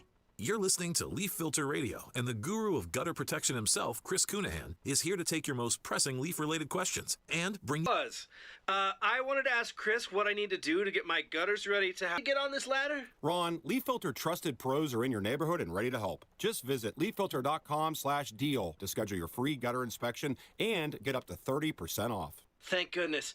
What was that site? That's leaffilter.com/deal. And now, as a special Black Friday offer, you can get a free gutter inspection, plus up to 35% off. This is our best offer of the season. Unlock it now at leaffilter.com/deal. See representative for warranty details. And now, a WTIC news update. 45 degrees at 3:30. I'm John Silva, WTIC 1080 News. Persons dead after they were struck by a commercial vehicle this morning in Bloomfield. The accident occurred just before 6:30 on Woodland Avenue. Police say the male victim was hit by a dump truck and sustained severe trauma. He was pronounced dead at the scene. The vehicle was found at Woodland and Wintonberry Avenues. The driver told police they were unaware they'd struck a person and is cooperating with the investigation. State police trooper arrested earlier this year has been arrested once again. 37-year-old Edward Gookin, state police say, is charged with illegal discharge of a firearm, risk of injury, and reckless endangerment. Police didn't release details surrounding the incident. He was arrested earlier this year on a domestic charge. PURA, the Public Utilities Regulatory Authority, has rejected the sale of Aquarion Water Company by Eversource to a regional water bureau. State officials had decried the proposed sale, saying it would have sent customer bills skyrocketing. Russian drone and missile attack on Ukraine's western city of Ternopil has killed at least 25. That includes 3 children. The attack hit 2 apartment blocks and left 73 injured. Fire at a restaurant at Foxwoods. Blaze broke out Tuesday at the David Burke Prime Steakhouse Eatery. That's on the lower level of the Grand Pequot Tower there. 3 firefighters were sent to the hospital but have since been released. There's no word yet on a cause. And Middletown School Superintendent has been fired. They had a special meeting of the Board of Ed on Tuesday when they made the decision to move on from Alberto Vasquez Matos. He'd been on administrative leave since it came out. He was arrested over the summer for DUI in Florida and for having driver's licenses in that state as well as in Connecticut. WTIC News Time 3:32. Here's the forecast.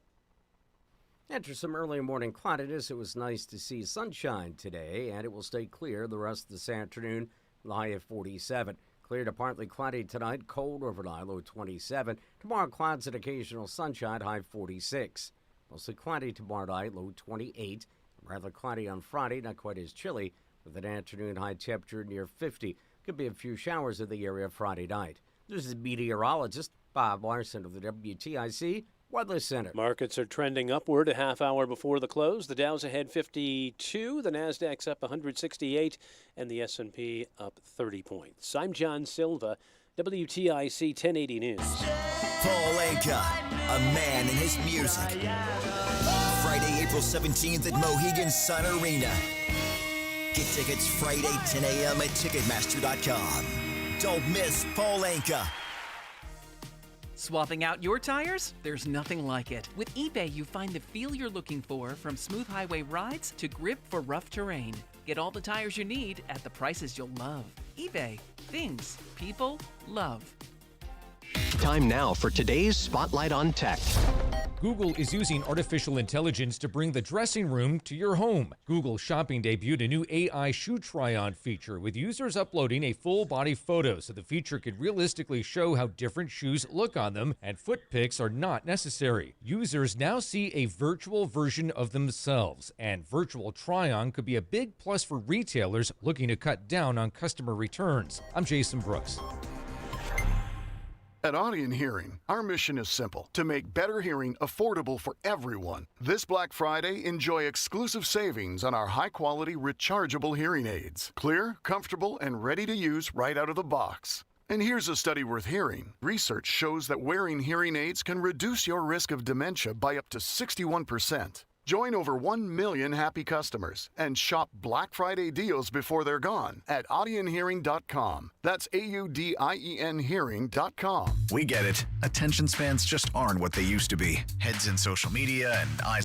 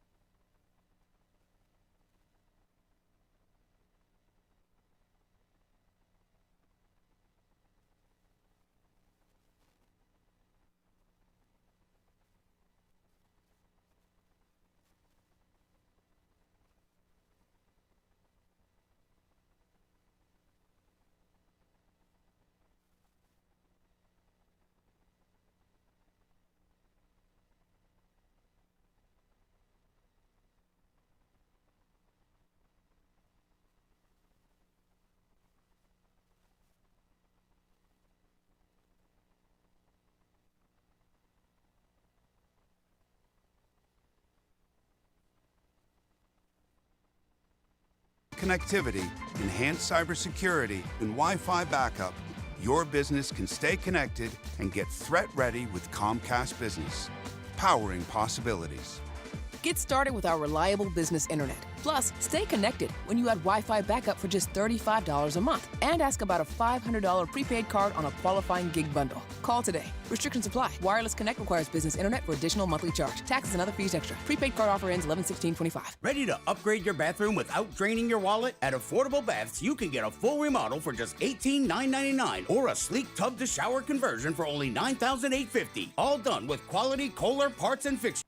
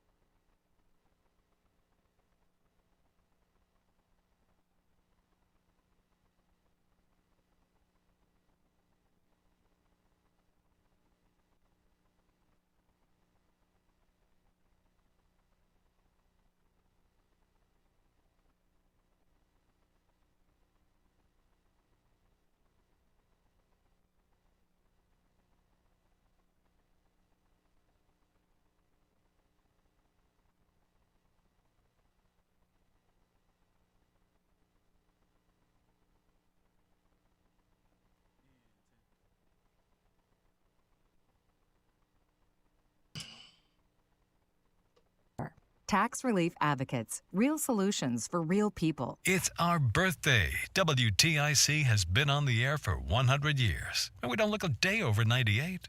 Not a matter of opinion. Anyway, it's Reese on the Radio. We are live right here on WTIC News Talk 1080. Gina Laurie is in the building. She is sitting right across from me. We are kind of talking behind the scenes about some other stuff, but we'll get to a lot of that when we can. Let me just set this up, okay? Someone in the chat room just asked me this question. Oh, well, they didn't ask me the question. They kind of made a statement. The only question they asked was, Reese, are you kidding me? Sounds like you and Tong are birds of a feather. Now you're now you are against discrimination against blacks. Get out of here with that nonsense, he writes. Now, the person who wrote this is a guy who calls himself Cicero, of all the names. I mean, I can understand Daquan, Raheem. Cicero's a new one. But let me explain to you what he is trying to sort of suggest here, is that Tong does not discriminate against African Americans. I didn't suggest that he did. What I said was that many in the African American community think that he does. Why? Why do they think that? We have a clear case of an African-American woman who was assaulted in prison by two corrections officers and are suing them for $2.5 million, and he made an offer of $25,000. Now, where I come from, when something like that happens, you never, ever publicly insult a victim in that case, nor would you allow somebody in your office to say that the person who was sexually assaulted played a role in her sexual assault. That, to me, sounds suspicious coming from a guy who is supposed to be an activist for the, let's just say, disenfranchised or vulnerable. Just runs against everything he seems to stand for. Not only that, does anybody remember William Tong attending a party for someone from the Communist of China? Why was William Tong at that celebration? Now, why would I ever bring that up? Why is that important? Well, because as I've already brought up, is that China has a long history of what we call African American racism. Not a joke, not fringe, factual. I brought up the little bit of 2016 with the washing machine ad where the Chinese girl is dating a black guy and she shoves him in a washing machine. He finishes the cycle and he comes up as a light-skinned Asian guy. Everybody knew it was racist, but did anybody say anything about China? No. They went on. But hold on, let's go a couple of steps further. Does anybody remember when George Lucas did a film called Red Tails? Now, I know a lot of people might remember that movie. Red Tails was a film by George Lucas about the Tuskegee Airmen. And the Tuskegee Airmen were, ding, ding, ding, black. George Lucas, who's made every Star Wars film that could ever have been made, could not get a major movie company to distribute a George Lucas film. A guy who has made movie companies billions of dollars. George Lucas attached to a commercial, okay, for, I don't know, antiperspirant. Perspirant would cost somebody billions of dollars to create because he's George Lucas. But Red Tails, nope, no producer would take it. In fact, George Lucas famously said he had to pay for the production of that movie on his own. No movie company would back him or give him the money to produce it, so he used his own money. He famously said on The Daily Show with Jon Stewart why he did it and why no major movie studio would back it. And that was because the movie would not sell in China, where most movies are made from all the Marvel films and everything. And Jon Stewart weirdly asked him, what do you mean you couldn't sell this movie in China? And he said, George Lucas, and I quote, the Chinese do not like black protagonists. They do not like black men as the hero in their films. I thought that was weird. As soon as I heard it, I went, no, come on. Are you kidding me? There are plenty of black actors who have great films that I know have done well in China. So I looked it up. And the biggest African-American star at the time, when George Lucas was on The Daily Show, was none other than Will Smith. Before the slap of Chris Rock, pre-Chris Rock slap in the face, destroying your career, banned from the Oscars, that Will Smith. Before Jada was looking like his oldest son, we're talking pre-downfall of the Will Smith guy, when he was loved. I started looking up some of Will Smith's films. Independence Day, Wild Wild West, I, Robot, Hancock was the name of his film? I went to go check out how those films did in China. And what did I find out? Horrible. They did far better in the United States than they did in China. No one went to go see them. And I kept saying to myself, there's no way, that's just insane. Well, many, many years later, I figured I would check my theory one more time. There's no way that a Marvel film with a black protagonist would do poorly in China. Just no way. Do you remember when Black Panther came out? Black Panther was the highest grossing Marvel film to date before the Endgame thing. So I went and checked that out. What were the numbers for Black Panther? Well, it turns out in China, the movie did spectacularly well. Did just as well as all the other Marvel films. In fact, it was just as good in China as Captain America. But something was afoot. You can go online right now and go check out the ratings and the critiques of Black Panther. It was all publicly known, and there were articles written about it, that the Chinese were online critiquing the film Black Panther, and they said at certain points of the film they fell asleep because it was just too black on the screen.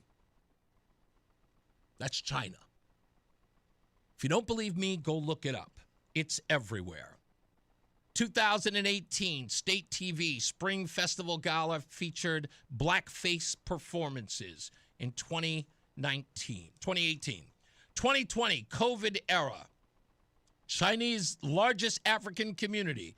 Mass evictions of Africans everywhere. They were forced into quarantines. Restaurants, hotels refusing service to black people. Ongoing Chinese social media. Rampant racist memes, slurs, calls to ban black immigration or interracial marriage. Videos exploiting African kids to say demeaning things in Chinese for likes and money. These things happening within China. Again, if I've got somebody who is doing appearances with the Communist Party of China right here in the United States, and then I have two cases of African Americans incarcerated, one who sexually assaulted and another one who, as according to the coroner, murdered, both African American, and William Tong, the Attorney General, who many say, well, that's his job. That's his job to defend the office. The same guy who's screaming and hollering about the injustice, he's fighting more for illegals in this country. He is going to bat. He has got 22, 25, 33, 54 lawsuits against the president as we speak. And he seems to be in every front line screaming and hollering, talking about illegals, people who do not have a constitutional right to be in the country. William Tong goes to bat for them. But when African Americans appear to have foots on the neck, William Tong gives them pennies. I just follow the breadcrumbs, ladies and gentlemen. Don't leave it to me. I just follow the breadcrumbs. Now, I've already talked to Corey Betts over at the NAACP. I've already talked to Devon Ward, who's been on this program. They will be back. We'll have Alex Taubes on the program on Friday. We'll talk to him to great detail. But I find it odd that in Connecticut, the place that's supposed to be, changed the whole game after the death of George Floyd, said we all need to be accountable. In this case, where we have clear wrongdoing, and folks, when I say clear wrongdoing, we have a coroner who said that J. Allen Jones was murdered, a homicide, and we have a young woman who is raped inside a correctional facility, and the two individuals are now serving time who committed the crime. William Tong is putting up blocks to both of those individuals getting justice. And I'm not supposed to pay attention to that? I'm supposed to ignore it? I'm not supposed to say that there is blatant racism here, in my view. And I lay all of this stuff out, and people are looking at me like Cicero here saying, are you kidding me? I don't know, buddy. I'm asking you, are you kidding me? Instead of making it about me, which, by the way, I have not offered anybody $25,000 or stopped any videotape of someone's death from reaching the public. William Tong has done that. Don't make it about me. How about being outraged at the man who actually has the ability to make things right? William Tong. Perhaps your problem is that I'm bringing attention to it, and you'd rather protect him. Because here it is, you, Cicero, an opportunity for you to stand up for black people, but instead of doing that, you attack me. I find that odd. Where I come from, in the hood, they used to call that an Uncle Tom, a brown noser, a sellout. Oh, yeah, and that's my favorite word, coon. I like that one, too. Who are you defending, sir? Clearly not black folks. We'll take a break. We'll be back. More Reese on the Radio when we return on NewsTalk 1080 WTIC. For the best quality, excellent value, and top-notch service, shop Highland Park Market. And be sure to visit highlandparkmarket.com to sign up to receive great weekly deals. Check out daily lunch specials, catering, and online shopping. Nobody does it better for you and for the community than family-owned and operated Highland Park Market. Only in Manchester, Glastonbury, Farmington, and at highlandparkmarket.com. Shop local, shop Highland Park.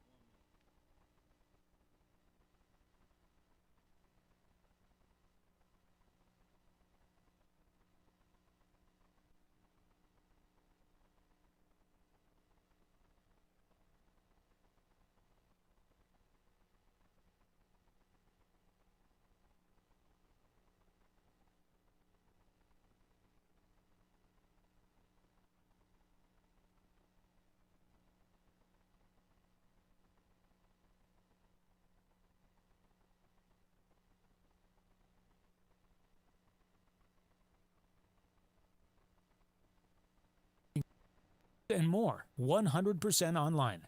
No office visits, no pharmacy lines. Just fill out a simple intake form and a licensed medical provider will determine if treatment's right for you. If prescribed, it ships free and discreetly to your door. Find affordable treatment options at up to 95% less than brand names at hims.com/joy. That's hims.com/joy, HIMS.com/JOY. It's Reese on the Radio on News Talk 1080 WTIC. All right, folks, we are back. Gina Laurie is joining us in a little bit. Stand by. She's in studio. And we will have a lengthy conversation with her in a bit. But for now, let me go to the phones, 860-522-WTIC. Dave is in Brantford. How are you, sir? I was expecting your call. Well, yeah, but you don't know what I'm going to talk about. Oh, let's see. I think it was interesting yesterday in the New York Post print edition, a editorial by Betsy McCoy calling out Connecticut's new dark of night approval of that new housing bill. Yes. That no one is able to read, no public input. And the governor hasn't signed it yet, or at least I haven't heard that he has as of today.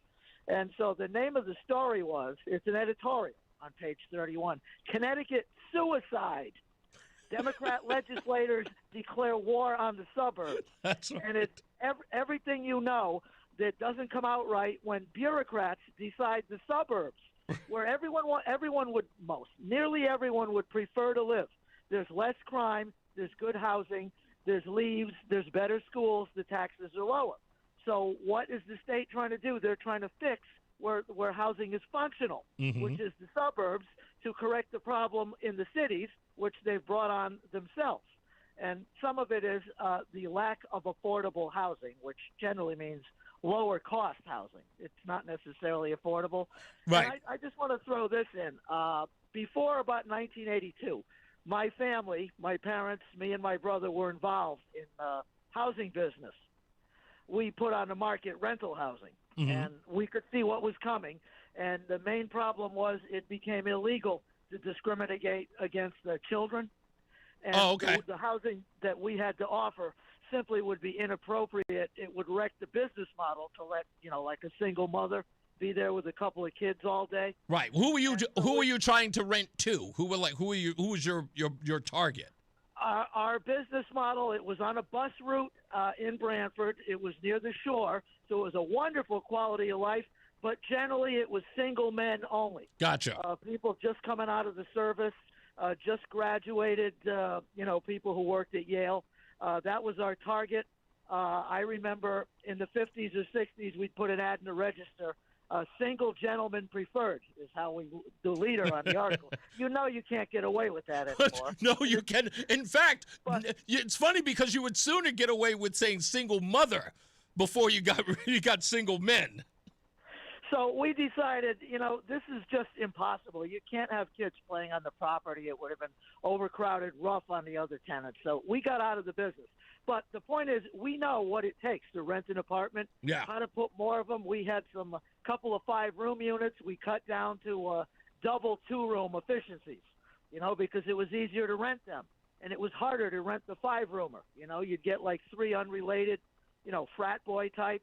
We didn't want that. But anyway, this new business model, so Betsy McCoy is telling you why this dark of night bill that the governor hasn't signed yet is a bad idea.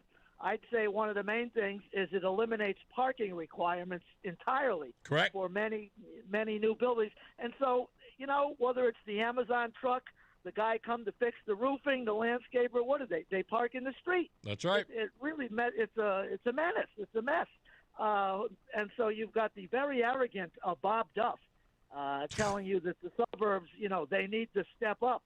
I know Josh Elliott, very snarky. I'd seen him on the media talking about we didn't need a public hearing. We had one in the spring. And the new bill, talk about arrogance, listen to this, corrected all the faults that the public discussed in the spring. You know what? Is that arrogance or what? Hey, but you know what? That's exactly how you expect him to behave. But you know what? We're going to cover this after it's, maybe just after the bill is signed by Lamont, which we expect it to be. Well, I hope not. Yeah. I put in a phone call and said, please don't. There's nothing to incentivize landlords I'm talking about mom and pop. That's right. A couple of investors to put, and that's how most of the housing is provided. Yeah. Somebody has an apartment in their cellar that they want to rent. That's where most of the low cost comes from. There's absolutely nothing to incentivize that. You're right. That's what's wrong with it. No free market. Thank you, sir. I got you, man. I appreciate you. I really thought he was going to talk about that Ward 3 thing. Anyway, Dave's always good. Let's get our first check of weather and traffic. Mark Christopher, he's in the BPS Traffic Center. Hello, sir. Hey, Reese, thank you very much. Good afternoon to you. Good afternoon, everyone. If you're heading into downtown Hartford and you're on the eastbound side of I-84, look for delays now from 44 Prospect Oakwood out to the Bulkley Bridge. Westbound side of 84 is slowing now as you move from approaching the Bulkley Bridge out to exit 47 Sigourney Street. Look out for a crash westbound 84, and this is between exit 37 and 36. Looks like the part of the left lane's blocked there, so you're going to see delays back to exit 37 Finneman Road behind that. If you are traveling 91 southbound, slowing by 36 in Windsor, again 33 down to 32 A and B in Hartford. More delays, 23 down to 22 in the Route 9 interchange at Cromwell. We have an accident in Meriden. 91 southbound between exit 18 and 17. The right and center lanes are blocked there. Stay left. Delays are approaching exit 20 Country Club Road behind that. Traffic and weather together on the 8th. WTIC News Talk 1080. WTIC weather. Seasonably chilly the rest of this afternoon and stay mostly clear. High in the mid and upper 40s. Clear to partly cloudy tonight, low 27. Tomorrow, overall more clouds than sun, remaining chilly, high 46. Considerable cloudiness tomorrow night, low 28. Friday, rather cloudy, not quite as chilly Friday afternoon, the high up to 50 degrees. Well, there could be a couple of showers in the area Friday night. It appears the bulk of the rain will stay south of the area. I'm Bob Larson of the WTIC Weather Center. This is an important public service announcement for our listeners. Reese on the Radio is also a podcast. You can find us anytime on Apple Podcasts, Spotify, or wherever you get your podcasts. Catch the full episode, listen by individual hour, or jump straight to the highlights. Just open up your favorite podcast app, search Reese on the Radio, and hit the follow button so you can get every minute of the show your way and on your time. WTIC is celebrating 100 years on the air and 100 years of serving Connecticut. This is WTIC and WTIC FM HD.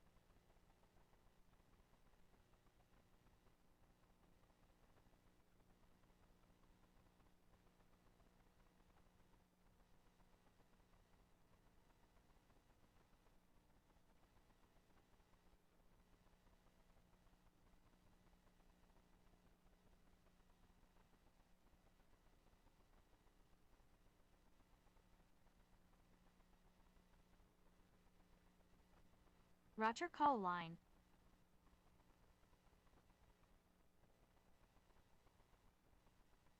Distracted by anything that we can avoid. Some air traffic controllers took second jobs during the shutdown.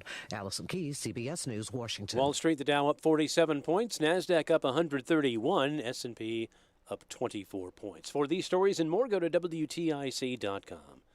I'm John Silva, WTIC 1080 News. More than a few of our patients have talked to me about their first time, but it's not the first.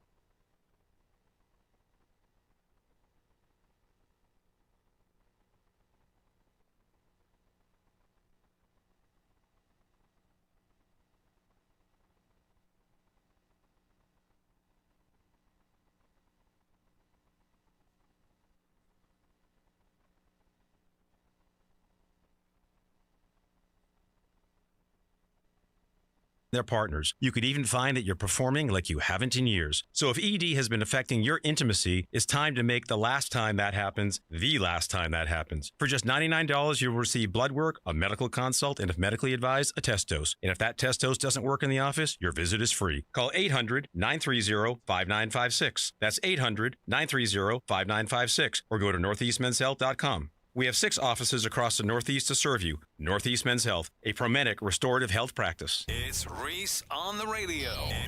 And don't say we didn't warn you on News Talk 1080 WTIC. All right, we are back. Let's do the thing. You know, we still got to do what we got to do.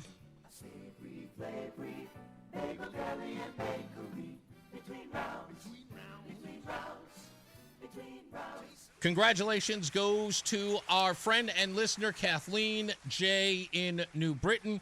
She is the recipient of the dozen bagels a month for 6 months, courtesy of Between Rounds, the Bagel Bakery and Sandwich Cafe, located in South Windsor, Vernon, and Manchester. In order for you to win, you got to go to reeseontheradio.com. That's REESE on the radio.com. Put in all of your information. Yes, your telephone number. Yes, you got to put in your date of birth. We will not put you on the, docket to win if you do not put in your date of birth. And I know a lot of you are young whippersnappers who are considered, they don't want to give up your age. You got to put it in there. I promise I won't tell anybody how old or how young you are. But you don't have to be any particular age to enter. You can enter as many times as you like, but you must live in the state of Connecticut and cannot have won within the last 6 months. So if you'd like to, just go to reeseontheradio.com. That's REESE on the radio.com. I have to spell it because you folks think it's spelled with a C. I don't know what's wrong with you. Anyway, when we get back, Gina Laurie is here in studio. We're talking behind the scenes. I'm getting a little background on her. I'm going to warn you, this is we're going to make it tough. There's a lot of tough questions out there, and I know you're expecting it because you're getting a lot of them. So I know you're built for this. Well, let's hope you are. Okay. So we will get to that interview as well. Did she finally show up? Your people are here? Okay, good. Yeah, you're probably going to want them in the room. So when we return, stand by. Gina Laurie, the owner of The Place to Be. She is in the building. We'll talk to her a little bit. We'll ask her some questions about our interview yesterday and exactly what's going on. Yesterday, she went to court. We'll break that down as well. She'll tell us about all of that. And a little bit of background that I didn't know about Gina. We'll begin the interview talking about that.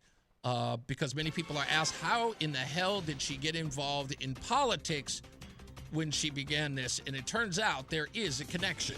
We'll break that down. Let's get another check of weather and traffic. Mark Christopher, he's in the BPS Traffic Center. Hey, Mark. Hey, Reese, thank you very much. Good afternoon to you. Good afternoon, everyone. If you're heading toward Hartford right now, westbound side of 84, look for delays as you move up on 56 Governor Street out to exit 44 Prospect Oakwood, and then again you're going to see some delays as you move up on exit 38, exit 38 for Route 6 in Farmington. Got delays from 38 up to between exit 37 and 36. We have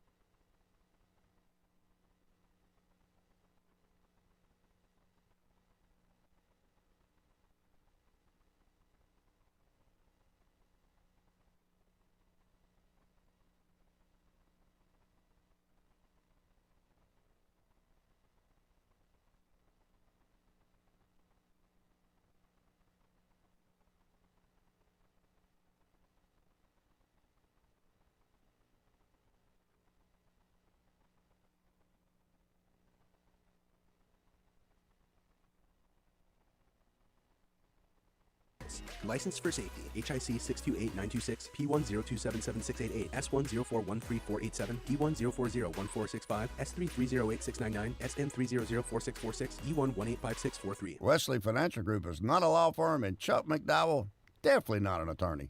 This is Chuck. Do you feel stupid for buying a timeshare? Don't. It's not your fault. You were most likely told you could rent it, and it was a great financial investment. And the deal was available today only. If this happened to you, contact your resort or Wesley Financial Group for help today. Call Wesley now for your free exit information kit. 800-242-3131. 800-242-3131. Are you tired of online threats? Then get an antivirus. It's the only online protection you will ever need. Disclaimer, an antivirus is just half protection online. It will not protect you from snoopers or encrypt your online traffic. So this Black Friday, get better online protection with NordVPN. NordVPN will encrypt your traffic, protect you from malware and phishing, and stop annoying ads. Get the NordVPN Black Friday deal with 73% off and enjoy 3 extra months. It's Reese on the Radio on News Talk 1080 WTIC. All right, folks, here we are, the moment of truth. Sitting here with the owner of a place to be, Gina Laurie, is in the building. How are you doing today? Good, Reese. Thank you for having me. Okay. Do I need to turn her up all the way? I told you she has a soft voice, so she's probably not going to yell very much. You might hear me over her microphone before you hear her. So you are embedded in a hell of a lot of controversy. Yes. And you understand that, and I know that, look, I asked the question, even my news guy asked the question, what in the hell is she doing? Why is she on a PR tour when all of this stuff is coming crashing down on you and the Place to Be restaurant? Tell me why you're doing all of these interviews. Sure. So I think at the time that everything was happening, there was just too much going on, and I couldn't respond to all of the press requests for comment and everything in between. We were really just trying to handle what was in front of us. And now that we've gotten a lot of the things in line, I saw that the story really just got out of hand. And so it really was time for us to address everything and tell our side of the story. It's a good point, because I will tell you, understanding controversy, you know, you have to tell your story or the story will tell it for you, right? Or others will tell your story for you. Right, which is what happened. Yeah, in essence, that's been happening. Yeah. So yesterday we had Ken on. I know you're familiar with Ken Swerdlick. He was on the program yesterday. Okay. And, you know, he talked about, you know, what led to the biggest controversy of all, which led to your arrest. We'll talk about the court thing that happened yesterday, because I thought that was interesting that they dragged you into court for the reason that they did. We'll talk about that. Ken, really, to be honest with you, he does not have an axe to grind with you.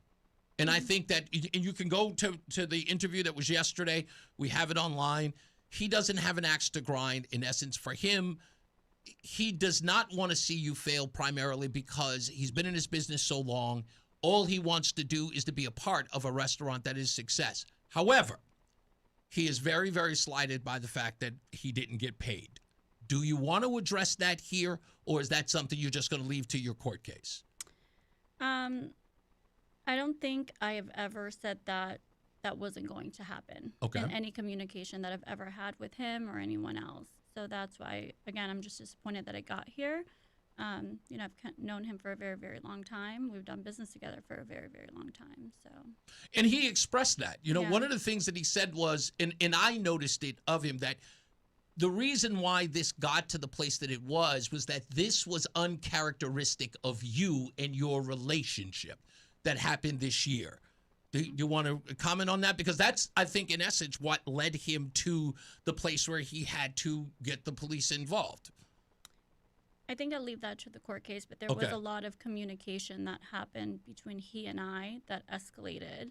And he says there was a lack of communication. Well, that's interesting, because the last communication I had, I was asked to just have my attorney reach out, in which I did. Okay. And then the next thing I know, I got arrested. Was that immediately after that communique? No, I think it was like a month or so after. Okay. All right. Well, I understand the timeline. You know the timeline as it goes there. But I need to get to the crux of all of this. What a lot of people don't know about you, and I learned that I didn't know about you, you started in the restaurant business with your dad. But a lot of people have always tried to understand, what is your connection through politics? Luke Bronin, Governor Lamont, and a lot of people, Doug McCrory. What got you involved with these individuals? And in our talk earlier, it turns out you used to work for the Hartford Chamber of Commerce or the Connecticut Chamber of Commerce? No, the Rocky Hill Chamber of Commerce. I'm sorry, just the Rocky Hill. I apologize. Yeah, so I've always just, I've watched my parents really build a business by the bootstraps. And through that, they just didn't know a lot of the resources that were available to them in that process. And so when I did get involved with the Chamber of Rocky Hill through my parents' business to just help them, there was a lot of small businesses in Rocky Hill like them that were just so busy working their businesses, they didn't have the time to know what was available to them to grow their businesses, the resources that they had through grants, through just mechanic loans, just for expansion, and et cetera, et cetera. There's so many things available to small businesses that if you're not actively looking because you're so busy working in your business, you wouldn't know. And it's such an opportunity to grow, to stabilize, and just to contribute to the economy. So through that is how I got involved in the chamber, and I became the executive director of the Rocky Hill Chamber of Commerce. So I've just always been really, really passionate about that and business, even as I continued to go into my own business and advocating for the things that we need to contribute to the economy and to keep going. So it is because of your time inside the Rocky Hill Chamber of Commerce, you understood what a lot of these businesses did not know, because a lot of them are from the immigrant community, not very business savvy. They're very grassroots sort of startups, and don't understand what the government in a lot of places can afford them. Is it fair to say that because of your inner workings in the Chamber of Commerce that you then use some of that knowledge to get what we call the sort of ARPA loans that came out of COVID that sort of got you started? No, I started in 2016. Right. That was just the one location. Yeah, before all of that. Even in 2020 when I opened downtown, there was no ARPA anything.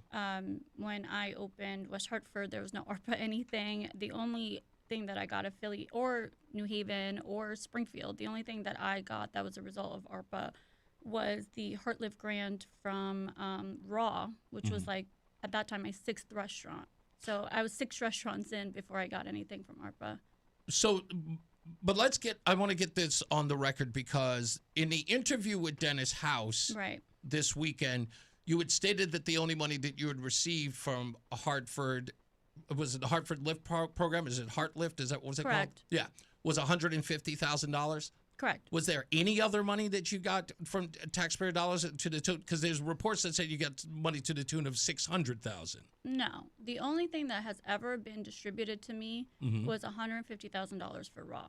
So what is tell me why I'm reading about the $600,000 that saying that there were several loans to the tune of $150,000. Sure. So we had projects that were in the workings in downtown that were approved for it, but those funds were never distributed. Those projects never came to fruition. So I never got any of those funds. All right. So there's nothing that suggests that you got that amount of Not money at from. all. Okay. So it is false to suggest that you received more than $150,000 for what you told Dennis House was the HVAC that you used for, because you said it was... No, it's for hard costs. Yeah, so for hard costs, right. So I just want to be very clear. It was for hard costs on the Raw project. Right. And as you explained to Dennis House, was that those were for things that you could never take with you. Right. They increase the value of the building for the landlord, not anything that's going to go into my pocket or, give me any sort of equity in a space. What do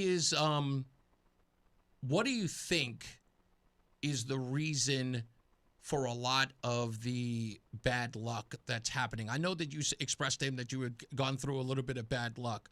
What do you think contributed to that bad luck? Was it too much for you to handle? Was it just, in essence, just a string of things that happened that you could not control? What's your point of view on that? Yeah, so I think people forget that we've been in business since 2016. So we'd have a good 8 years of nothing happening. And so then we had several factors which caused disruptions in our business. And as people know who have several businesses, if something goes wrong, it's kind of like a domino effect. Yeah, you did express that there was kind of a domino effect. I apologize for that. I don't know what the heck is going on with my phone. No worries. There was a domino effect of a lot of things. Let's talk about a few of them. Sure. We understand it was a flood at one location. Prior to the flood, there was a fire. Okay. Oh, yes. There was a fire before the flood. I apologize. Yep. I was just itemizing them. I don't know which one is which. Okay. Yeah. All right. So we have the fire before the flood. Correct. Okay. Was that the dumpster fire that began? Yes, in downtown. That was a dumpster fire. Right. What do you say to the allegations that was done on purpose and may have been for insurance reasons? I don't know if you've even heard that. That's really interesting because I actually had no insurance during that time. My broker that was doing that policy, he didn't see the lapse, and I didn't find out until a week after the fire. I paid for all those damages out of pocket. We went through litigation to try to be made whole somehow, and obviously we got a fraction of what we spent to recover. Now, after the fire, you say there was a flood. Where was the flood? Was that the Massachusetts location? No, that was the same location. That was the same location. I know. So not even a year after that fire happened, and we had so that fire happened in March of 22.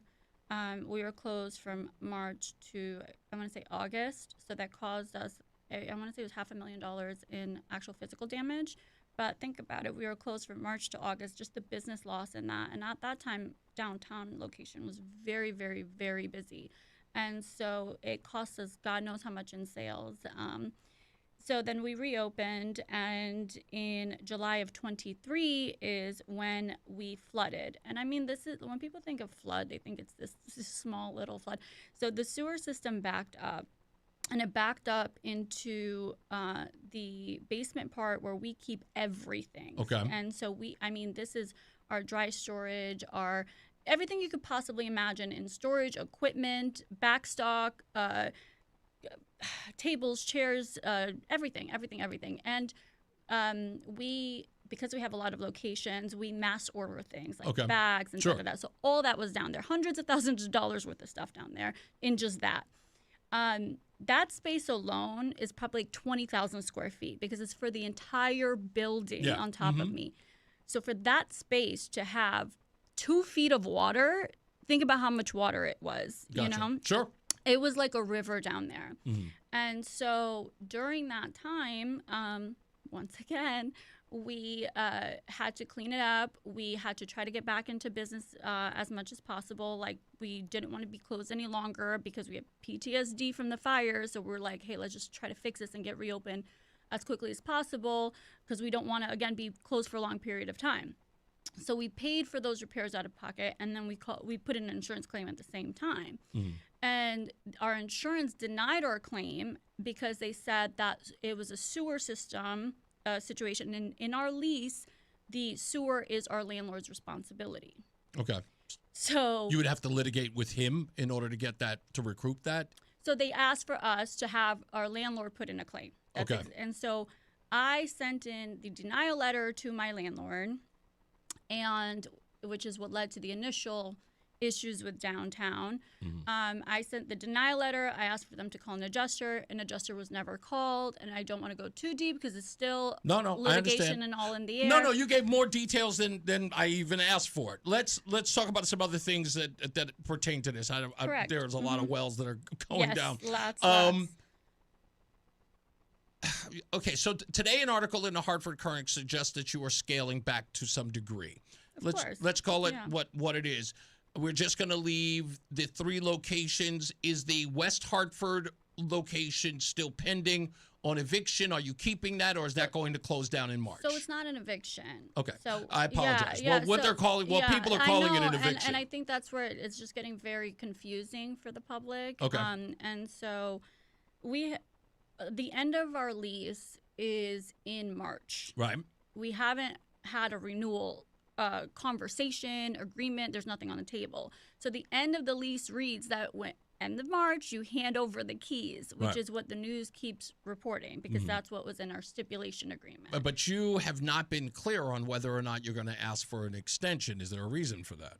Well, I would like to stay there. Okay. You know, it's been rocky, obviously, with that landlord because it's also the landlord with the bakery project, you know. Right. And up until that project, we did have a very good relationship. I mean, we were the longest standing tenants in that corner. I don't know if people remember, there was a new tenant every year on that corner. We've been there for 5 years. And so we've done very, very well there. And, you know, it has always been my goal to be there for the next 10, 20 years. So who knows? Well, we're going to take a break in a couple of minutes. I want to ask you a couple of questions about the earlier parts of all of this. Sure. I'm sure you're familiar with the Forbes article that came out about you. Sure. It was a glowing article. And in hindsight, it almost looks like that prediction was, let's just say, premeditated. You shrug. I totally get it because you expect the anticipations of that article to come to fruition. So well, who could really tell what the future holds, Right. right? So well, I want to talk to you a little bit about that as far as like the financial structure of the company. Sure. Because of course, as you know, that one of the biggest critiques or statements that have been made, even by Ken and others. Even Dennis House said it, that you had not just grown too quickly, because I don't think the question is whether or not you grew too quickly. You really believe that, in fact, you have evidence of that you are a popular eatery and expansion, it called for it. I want to talk a little bit about that, but with that being said, I want to talk a little bit about sort of your team, the Statement Group. Is that what they're called? Okay. I want to understand a little bit about that and sort of how that article sort of lays ground to what the sort of structure was, if that makes sense. Trust me, it won't be that boring as I just laid it out. No, I get it. Yeah. All right. Okay, so everybody stand by. We've got traffic and weather coming up. Gina, Lori is here. You okay so far? You're not? I'm okay. You sure? Oh, I'm hanging in there. Okay. I know this is rough. Don't get me wrong. I get that this is rough, but I'm just doing what I'm supposed to do as far as getting to the bottom of this, but I know that it can be a lot of pressure, and you're trying to get to... No, I'm glad, because there's a lot of misleading information out there, so I'm glad to just clear everything Okay, up. yeah, because, I mean, there are some questions that people sort of look at on the outside and do not know, so this is an opportunity for you, if not to clear the air, but in some ways, for you to give a fair representation of what they don't know. Right. You know what I mean? Yeah, So no, I agree. Yeah, I have no animus. I walked past your West Hartford location not too long ago, and let me tell you this: if this will make you feel any better, I was walking by the Whole Foods that's across the street, and as I was coming back, there was a couple, two couples that were coming down the street, and they didn't know where the location was, and when they realized it, they were like, "Oh, this is the place!" They were so excited to see it. So I Makes get me so happy. It does. You should. Yeah. So I was like, as soon as I saw it, I just went, people really do like this place. I wouldn't know. It's too cool for me. We'll take a break. We got Gina Laura in the building. We'll talk a little bit more with her in a second. Let's get to Mark Christopher. He's in the BPS Traffic Center. Hey, Mark. All right, Reese, thank you very much. Well, if you're heading into Hartford right now, you're on the westbound side of I-84. Look for delays as you move into East Hartford. This traffic report being brought to you by Amplify CT. Delays approaching the Bulkley Bridge out to exit 44, Prospect Oakwood. Then it's tight again as you move up on exit 38 up to exit 37, and more slow traffic approaching 33 in Plainville. 84 eastbound is tied up about a half mile before 46 Sisson Avenue into the tunnel. 91 southbound slow.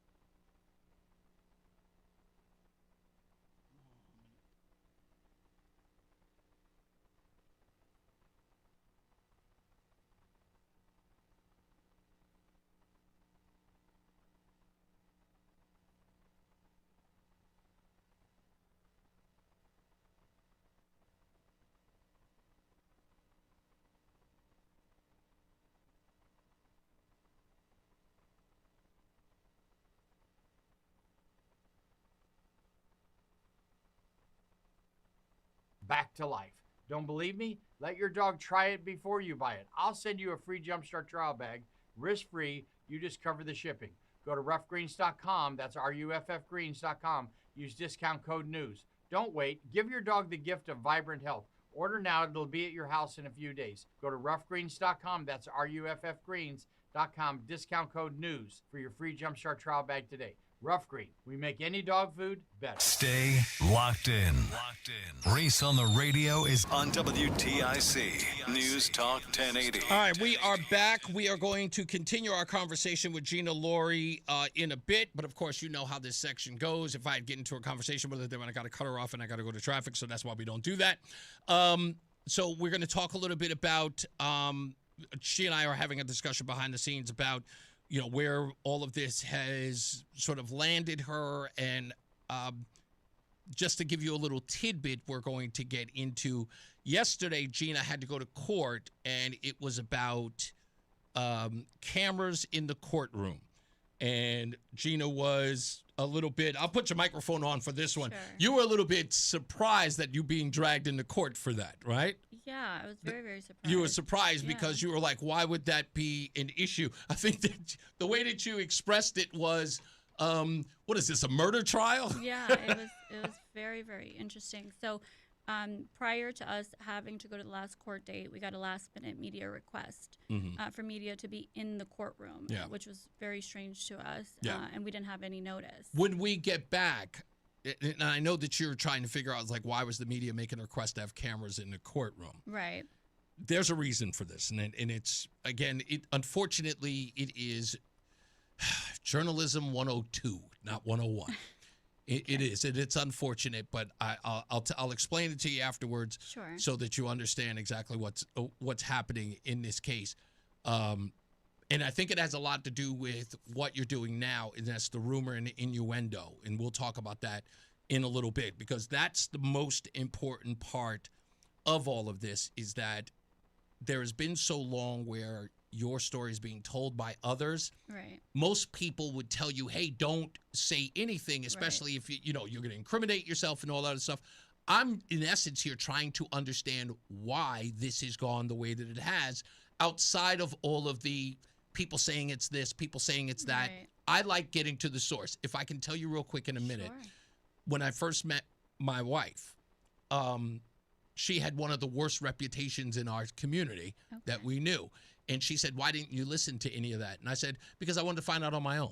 Okay. So this gives me an opportunity to find out on my own who you are and what's going on. Right. You know what I mean? And I appreciate that. And unfortunately, look, like I said, you could end up being the most evil person in the world, but I'm not going to know that until I sit here and talk to you. Right. I don't think that, by the way, I don't think that you're an evil person. I just think that you may have made a lot of bad decisions as far as business is concerned, aside from, and that's my opinion. It doesn't mean that it's fact, but I'll explain to you all of that, because we'll get into sort of the thick of it, so that you can explain to me and our audience whether or not they've got you pegged or whether or not they're misunderstanding this. Okay. You know what I mean? Okay. All right. We will get to that. Stand by. More news, more views, and Gina Laurie when we get back. So stand by for that. Let's get into another check of weather and traffic with our good friend Mark Christopher, who's in the BPS Traffic Center. Hey, Mark. Who's coming up in a second? Maybe I went in too soon. He's almost there. Oh, is it? Okay.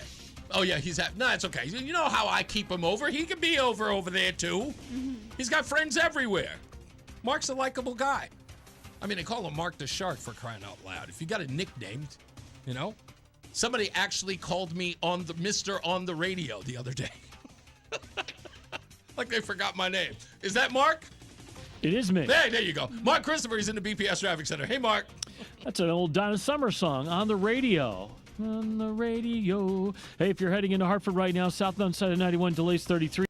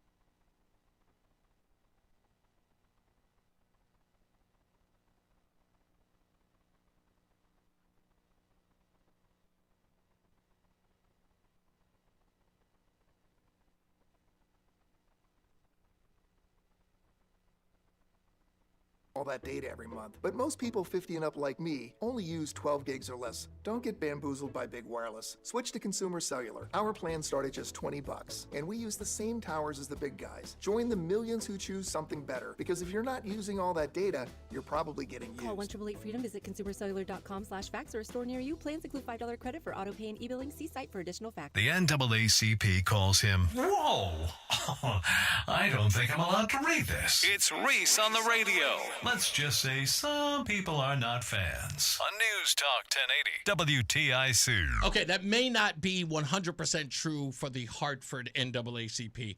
They promised me that they are finally going to let me into the building so I can look at the books. But the rest of the NAACP, anyway, we're here with Gina Laurie. She's in there. We're having a feisty conversation in the back, behind the scenes, things that she can't talk about for legal reasons, but some of the stuff we can. Let's get into it. Sure.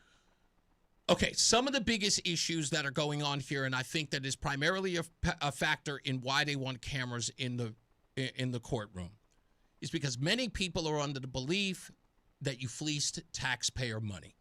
And in doing this and opening up these businesses, you spent taxpayer money, and in taking that money and seeing this go south, of course, it also involves Doug McCrory, who is not the most. They're saying that he played a role in getting or helping you in some way. I actually met Doug like one time. Okay. So, well, okay. No. Yeah, I don't know. I don't know if your relationship is, but yeah. there are these connections, as it were, with people that many. And again, this is what I said about journalism 102 and not 101.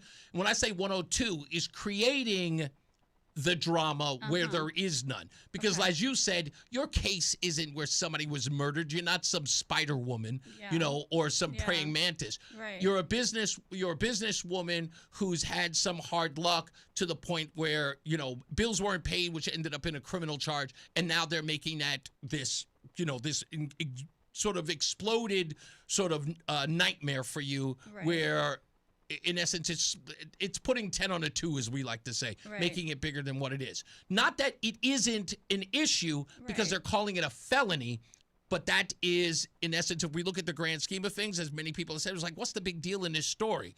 And it is because, one, you are a woman. You're an army of one in this case. Mm-hmm. And many people are under the impression, for their own reasons, I don't know whether or not they're valid or not, but they think that, you're fleecing people out of money. You owe a lot of debt. You're running around here looking flashy, driving Bentleys and nice cars, and you're perpetrating a fraud, as we like to say in the hood. Okay. Those are the reasons why people have their eye on you. And like I said, if you don't tell your story, other people will. You want to address any of that? Where would you like to start? Anywhere you want. You're gonna have to help me out here. That was a lot. All right. So let's start with the fact that people think that you fleeced the taxpayers and get to come up with this boondoggle, the place to be, which is belly up or sort of falling apart. Okay. So place to be, and I think people can look this up. It's every Freedom of Information Act. They can find this anywhere. In its expansion journey, never got taxpayer dollars. I think that's very. It's very outside the scope. We might have gotten like facade funding because we put $1 million into a building in New Haven and got facade funding to completely redo this building from like 1970, right? Those are the extents of what we've gotten from any funding. We have funded these projects fully from our own cash flow with very minimal debt. And you did get loans, right? Of course.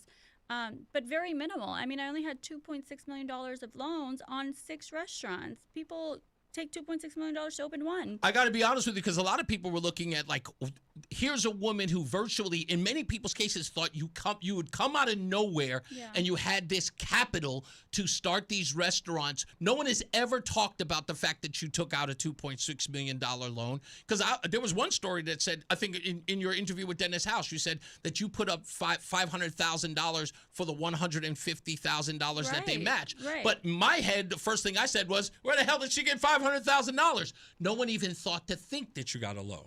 I mean, of course, it's normal business dealings. Like a lot of our expansion funds came from the business itself because the business was doing very well, and we were very frugal in opening them as well. We broke even rather quickly. Like we didn't go into a space and spend millions of dollars. We were very, very conservative with what we spent in opening these spaces. And so therefore, they were very busy, as everybody could see. I don't think it's a secret. People would be able to drive by any of our locations and there was a line outside. So therefore, they were making money. And, we sell eggs and alcohol. Our margins are great. And so therefore, we were using the money that we were making from the businesses to open more. And so why so many so fast? Because I'm saying, like, build capital on what you have. Well, we still had reserves. I think people fail to realize the things that drained my reserves were the flood, the fire, the putting money into a space that I ultimately didn't even get to open because we didn't, quote unquote, open on time. It's just, there's a lot of layers to that. And so it's just very, very frustrating. I had to absorb so many losses out of my own cash flow. Like, let's take Springfield, for example. Mm-hmm. Prior to us having to close, prior to losing our liquor license, Springfield was doing an average of like 80 to 130,000 in sales a week. That's a lot of money. Mm-hmm. And so we were doing very, very well. We literally were so stable at that location. And then we were thrown a curveball. What was the curveball? We got embezzled, and part of that embezzlement was the liquor license renewal check. And then therefore, it never made it to the Liquor Commission. And so out of nowhere, I get a call December 30th that January 1st, I can't serve liquor anymore. And that's the crux of your business. Of course, it was 60 to 70% of my business. And so Mass has the strictest liquor laws. And so it took us 6 to 7 months to get this liquor license back, paying God knows how much money in attorneys, right? But still having the same overhead. I lost $2.5 million in sales in just Springfield with the same overhead. And so all of a sudden, in a year's time, right, my sales went from an average of, on 3 restaurants, like 12 million to 5.8, with still having to pay expenses for 6 restaurants because they were either closed for embezzlement, they were either closed for, we lost our liquor license because of the embezzlement, or we closed at Raw. There was just so much going on. Okay, before we get there, this embezzlement thing, that's, for some odd reason, my ears perked up when you said that to Dennis House. Yeah. Because I looked into that, and I've got to ask the question, as many people said, there was the person who embezzled you, why was there no police report? There is a police report. They got arrested. Oh, they were? They were in court. We looked this up, and we found no record of this. I would be happy to share you the prosecutor's information. Okay. We had to send them over. He got arrested. Okay. How much money did he embezzle? So I sent the full breakdown. So it was cash deposits that he was supposed to deposit. And then it was all of the other miscellaneous, like the liquor license and da-da. So I want to say to be honest, I can't speak because I don't want to speak out of turn. I don't even know the spreadsheet. But I don't even care about the embezzlement. What he cost me was even worse than the embezzlement. I honestly would have taken the embezzlement if not losing my liquor license. Over losing my liquor license, I could have absorbed that, but losing my liquor license was the biggest issue. It was I can't even tell you. It was a nightmare. And a lot of when I found out, it was during the holidays, right? I could have very easily just said, let's just close the doors. And I was like, there's no way I can tell people they're out of work on the holidays. Like, we're just going to eat it. We're going to pay whatever needs to be paid. We'll keep everybody employed. And just looking back, it's just, I don't know if it was worth it. You don't know if it was worth it to close it? No, to keep it open. Oh, to keep it open. And just pay it out of pocket. It really, really did hurt the reputation of you and the company, because we had people who were, called here who either had kids who worked for you. A lot of the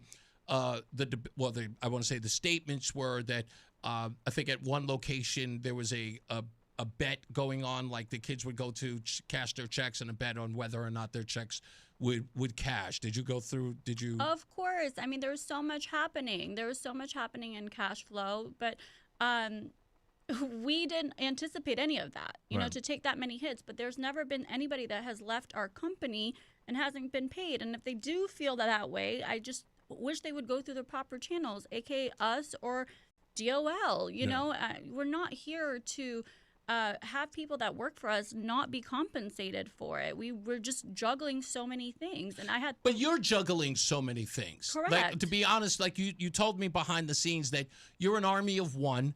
Well, you don't have a team. No, I do have a team, but I'm the only one who owns it. Yeah, okay, but you have a team. But I mean, are you delegating? Because I kind of like, yeah, but are you though? Because I kind of feel like. I mean, Reese, there's only so much to delegate. There was so much to catch at the same time, and so. Well, maybe the team sucks. I wouldn't say that. No, I'm not saying anything. I'm asking you. It's like maybe the team sucks. Our team really was just doing the best they could under the circumstances. We were just being hit on all sides. Well, what about crisis management? Because you're dealing with that too. Mm-hmm. Is that being delegated by anybody? Because if you've got that many problems happening at any location, 1, 2, or 3, and you're the person who's got to be the go-to and somebody else is not backing you up, there's no way you're going to survive like that. I'm just serious. There's no way it's going to survive. You are the face of the place to be or the statement group. Mm-hmm. With the exception of, I'm not sure who this individual is, but Zach, is that your husband, your boyfriend? What is he? I don't want to touch on that at all. He was just somebody that. Okay, so he's no longer related to the company. Okay, fine. We don't have to talk about him. But bottom line is that the bottom line is, it appears that you are the person who is sort of guiding this ship with almost non-existent crew. I wouldn't say that. Well, then say something. Well, I did. We had a team. We had a team, and they were doing the best they could with everything that was coming our way. We were really navigating everything. There's other places that have closed 4 in 1 year with not even half of the things that have happened to us. Some with none of the things that have happened to us have just up and closed. We were really getting up every day trying to navigate it and make sure we kept our doors open and we kept our people employed. Was it perfect? No way. No way. There's no such thing as perfect, right? And especially not under those circumstances. But we really tried the best we could. Do you think that, and outside of this criminal case that involves the check and all that stuff, do you have other things under control? Because one of the biggest, storylines that are related to you is that you are running massive debt in your personal life as a result of this. In essence, you have a history of running personal debt to cars, to homes, to everything. Interesting, because that's way far outside of the scope of the truth. When everything that happened to us, I went to my lenders that held my business loans. And I want people to understand, I personally guarantee everything, right? Mm-hmm. So I went to my lenders that held my business loans, and I said, hey, this is what's happening. It's severely impacting our cash flow. We need to restabilize. Can we get a forbearance, right? And they said, oh, okay. We're actually going to accelerate all of your debt that you have 10 years to pay. We want to do now, and if we don't get it now, we're going to start foreclosing on everything you own. Did they tell you a reason why they were going to do that? Because they were scared, so they called their debt. So they called all their debt. They were afraid. Is that because of the situation that went on with Ken? No. This is way before. We've been in the headlines for a year and a half now, right? So, yeah, pretty much, yes. Right. So when they got that, they were looking at the headlines, and they were freaked out, and they said, okay, well, we want all of our debt back. And like I said, I had 10 years to pay this debt, and now they wanted to do immediately. And then they started doing foreclosure action on everything I owned. And we have one by one addressed all of it. So I just think that's an unfair statement. How are you doing right now? We've addressed it. I mean, everybody that has all of these opinions on my personal debt, I'm sure they've seen it in the court systems. It's all been resolved, so. What is the future of the place to be? Are we just going to see the 2 locations? Are you going to try 3. There's 3 because of the West Hartford location. Well, West Hartford's still open. Okay. That's what I mean. And if we can't come to an agreement, I'll just, plan on finding another space in West Hartford. Okay. In essence, you're still going to grow. Well, that's an unfair statement as well. It's not growing. It's just relocating. Well, okay, fine. Let's call it that. Fine. what I'm asking you is are you going to scale this down to 2 locations or 3 locations and leave it at that? Or are you still going to expand, having experienced everything you've experienced so far? Well, this has not been a product of expansion. This is growth. I disagree. I don't think that this is a product of growing. I think that this is a product of things that happened to us, and we really just, like I said, handled it the best we could. Expansion, it didn't go hand in hand with expansion. No, I don't think that it did either. But my question to you is that, you know, it either is the expansion and you can handle it should you do it again, or is it wiser to keep it in a space that you can until it's appropriate to expand? I agree with you. I think it's going to be in the space that we can until we restabilize, and then we'll cross that bridge when we get there. Right now, I have no notions of anything outside of getting us back stable. Are you, last question. Why? We were just getting started. Do you want to stick around again? Sure, why not? Okay. When you asked to stay, you stay. I thought I was being a little rough. No. We got to take another break coming up, so we'll do one more, and Sure. I'll ask a couple of other questions that have come to my mind in the middle of this. Sure. Gina Laurie is in the building, owner of Place to Be, and she is our guest. Stick around. Let's get another check of weather and traffic. Mark Christopher's at the BPS Traffic Center. Hey, Mark. Hey, Reese, thank you very much. Well, if you're heading on the westbound side of I-84, look for delays now.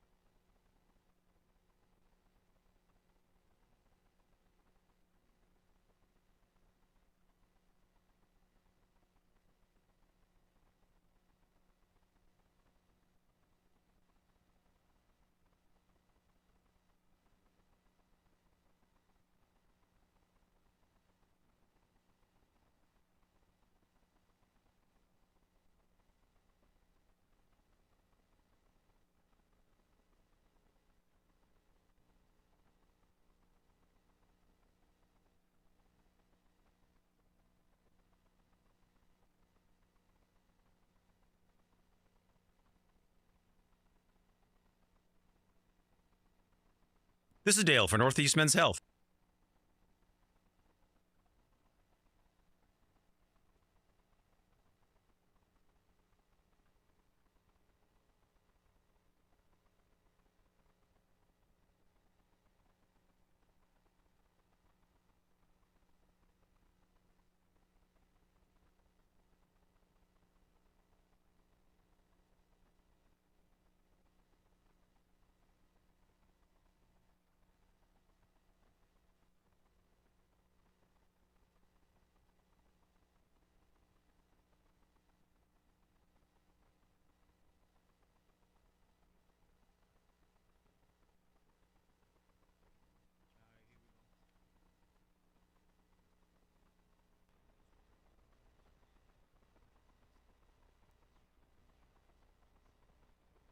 WTIC News Talk 1080. All right, we are back, and our guest is still Gina Laurie, the owner of the Place to Be. We're talking behind the scenes. She's got a lot of stuff that she wants to get off her chest, and I think it's fair for me to allow her to talk about some of the things that she has. I'm getting some messages inside the chat room. I'm going to take advantage of them now, one of which is coming from I want to say it's Light Home is writing in the chat room on ReeseOnTheRadio.com, and he says that there is no record of embezzlement in Massachusetts. And Gina's just sent this to me and says that the individual who was charged criminally was a person by the name of Cameron Cousineau, who was charged with the embezzlement. And she's showing me now an official email from the prosecutor in Massachusetts. Is that the prosecutor in Massachusetts who said that? Anyway, I'll turn your microphone on. Correct.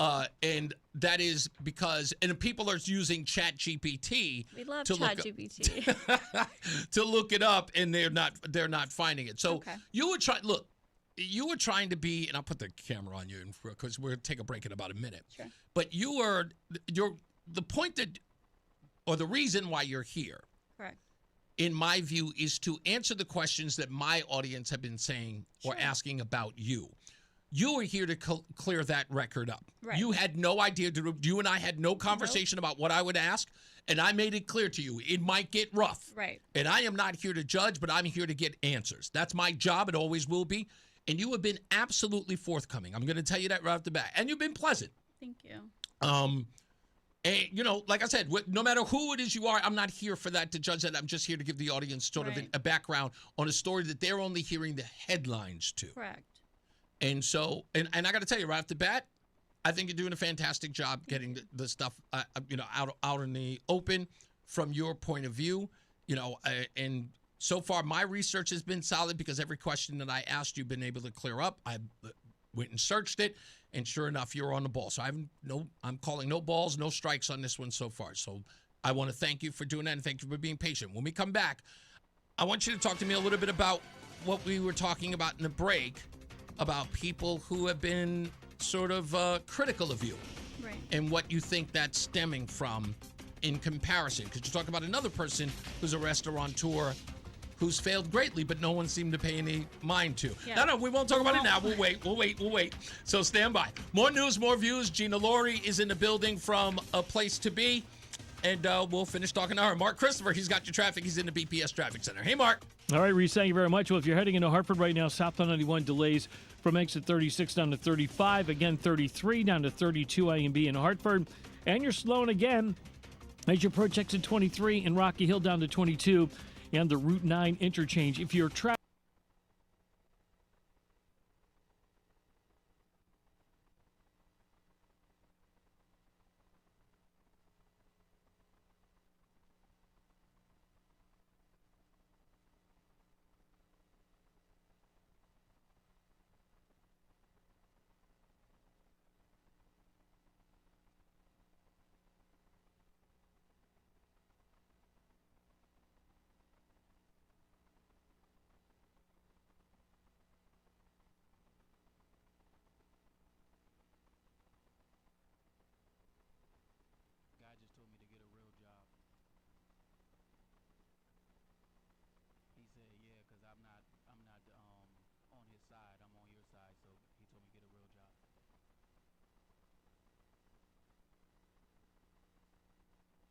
WTIC weather. Clear to partly cloudy tonight, a cold night with a low of 27. Tomorrow, clouds and occasional sunshine. Chilly, a high of 46, then mostly cloudy tomorrow night, low 28. Stay mostly cloudy on Friday, not quite as chilly, with a high of 50. Slight chance of a couple of showers Friday night. Saturday, partly sunny, with a high of 51. It's currently 39 in Manchester. It's 41 degrees in Windsor and also 41 in Hartford. This is meteorologist Bob Larson of the WTIC Weather Center. Be a guest at your Thanksgiving dinner with Highland Park Market's chef-prepared dishes like mashed potatoes, butternut squash, bread stuffing, and turkey gravy.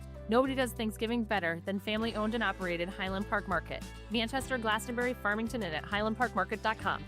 Wisdom teeth giving you trouble? Columbia Dental's expert oral surgeons specialize in comfortable and efficient wisdom tooth removal. Open 7 days a week. Call 860-645-0111 or visit columbiadental.com. You could think you found your dream home online. The kitchen island looks perfect for your inner chef. The backyard, a paradise for your green thumb. And that extra room, hello walk-in closet. But here's the twist. The lot next door just got rezoned for years of construction. And this sound, yeah, you're going to be hearing a lot of that. Don't let your dream home turn into a nightmare. Work with the expertise and ethical training of a Realtor, here to guide and help protect you from the surprises you didn't see coming. Realtors are members of the National Association of Realtors, right by you. Okay, I have to tell you, I was just looking on eBay where I go for all kinds of things I love, and there it was. That hologram trading card. One of the rarest, the last one I needed for my set. Shiny like the designer handbag of my dreams. One of a kind. eBay had it, and now everyone's asking, ooh, where'd you get your windshield wipers? eBay has all the parts that fit my car. No more annoying, just beautiful. Millions of finds, each with a story. eBay. Things people love. You're listening to Leaf Filter Radio, and the guru of gutter protection himself, Chris Cunahan, is here to take your most pressing leaf-related questions and bring you a special Black Friday offer. Hey, everybody, Chris here. I understand we have Ron on the line. Ron, where are you calling from? Uh-oh. Ron, are you calling from a ladder? Well, I was. I wanted to ask Chris what I need to do to get my gutters ready to have leaf filter installed. Oh, Ron, you don't have to do anything. A Leaf Filter Trusted Pro will come out and clean out your gutters, realign and seal your gutters, and install Leaf Filter, America's #1 gutter protection system. So I didn't need to get on this ladder? Ron, Leaf Filter Trusted Pros are in your neighborhood and ready to help. Just visit leaffilter.com/deal to schedule your free gutter inspection and get up to 30% off. Thank goodness. What was that site? That's leaffilter.com/deal. And now, as a special Black Friday offer, you can get a free gutter inspection, plus up to 35% off. This is our best offer of the season. Unlock it now at leaffilter.com/deal. See representative for warranty details. It's Reese on the Radio on NewsTalk 1080 WTIC. All right. Gina Laurie is still in the building. We're talking about this whole place to be debacle and gossip column, because that's what it's turned into, Gina. Yeah, it's turned into everything from, businesses gone wrong to the gossip of you and taxes and money and all this other stuff. The only thing you have not been accused of is being some sort of harlot, whatever. Okay, that might be coming soon. No, I'm kidding. Actually, you've been accused of that as well. But and you have been. Look, I'm just saying that a lot of people, have sort of dismissed your position as a business owner. They have almost, in essence, given the impression that you have not deserved the opportunities that have been afforded you, because in some sort of way you are not business savvy, that things are being handed to you by the likes of folks who have an interest in you, if you get my meaning.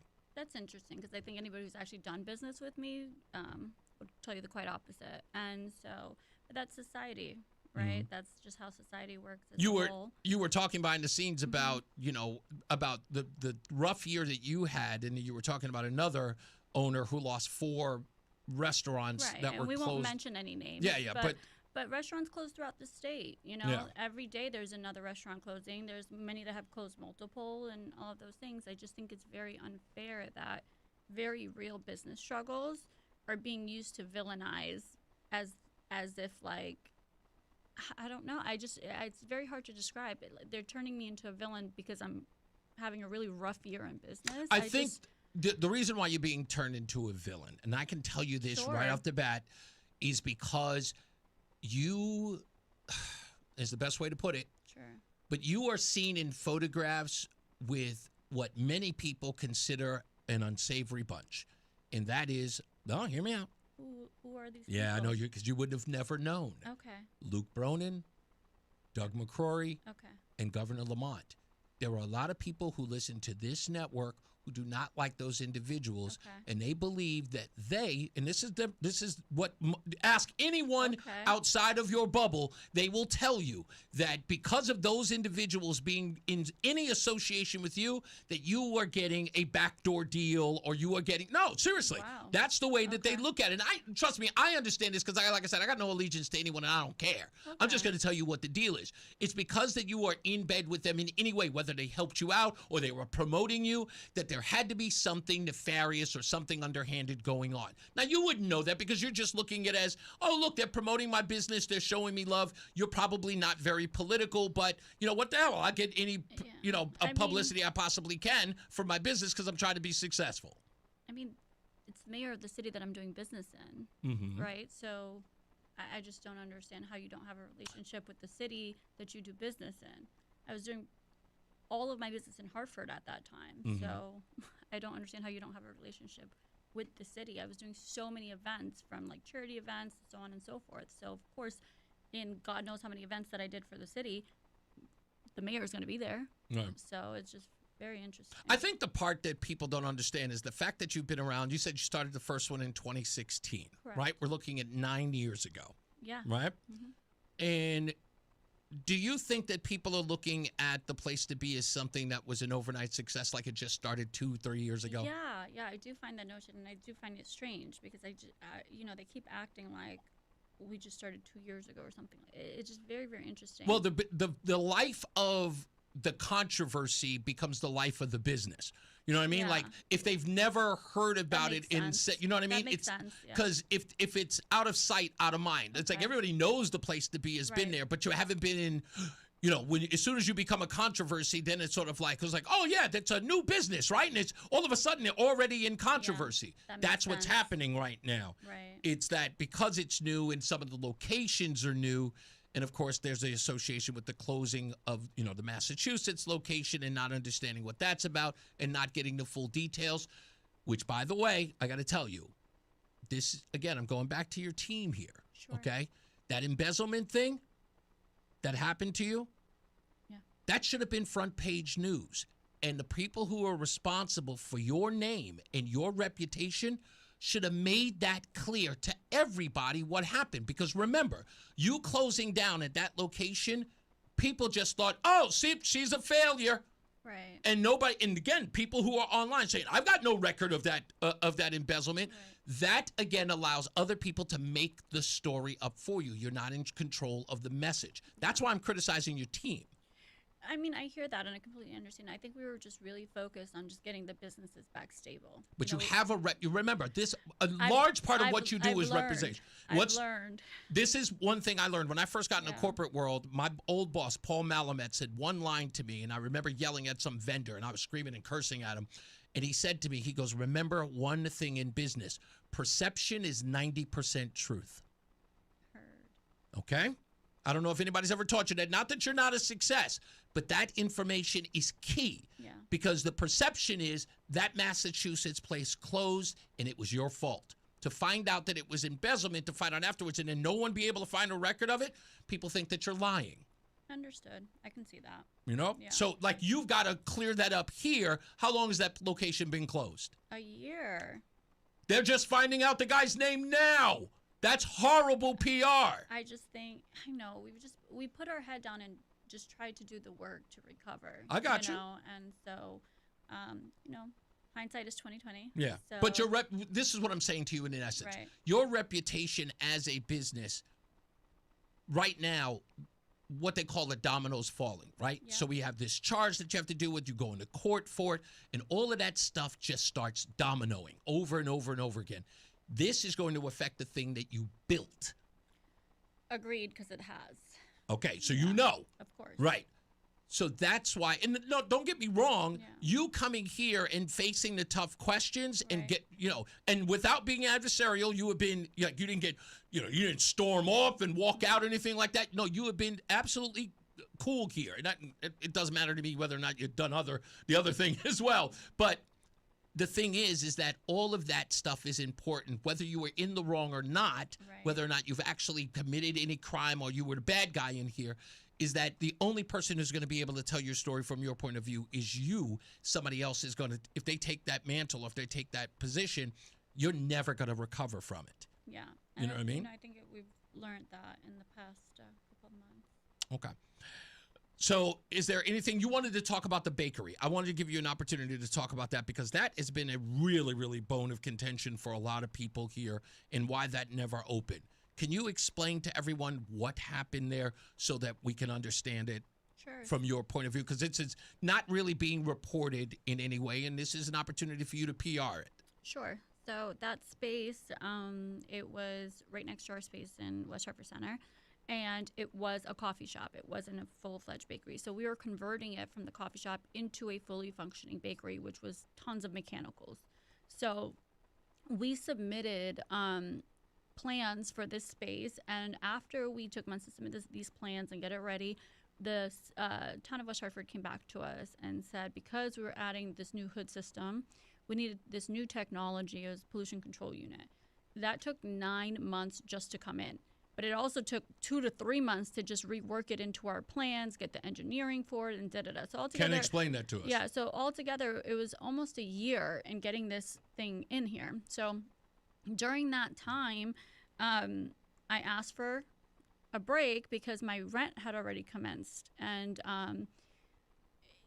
we were met with court, obviously, and then we ended up, to date, we've paid up until September, I want to say, rent every single month on that space over the course of 2 years. Having never been open. Never been open, never functioning in it, so it's like about $240,000 in rent, give or take. You referred to it in the Dennis House interview as dark rent. Correct, dark rent. And I wanted to clarify that because people don't know. That's just an industry term. It's just rent on a dark space that isn't functioning, isn't open, has nothing going on.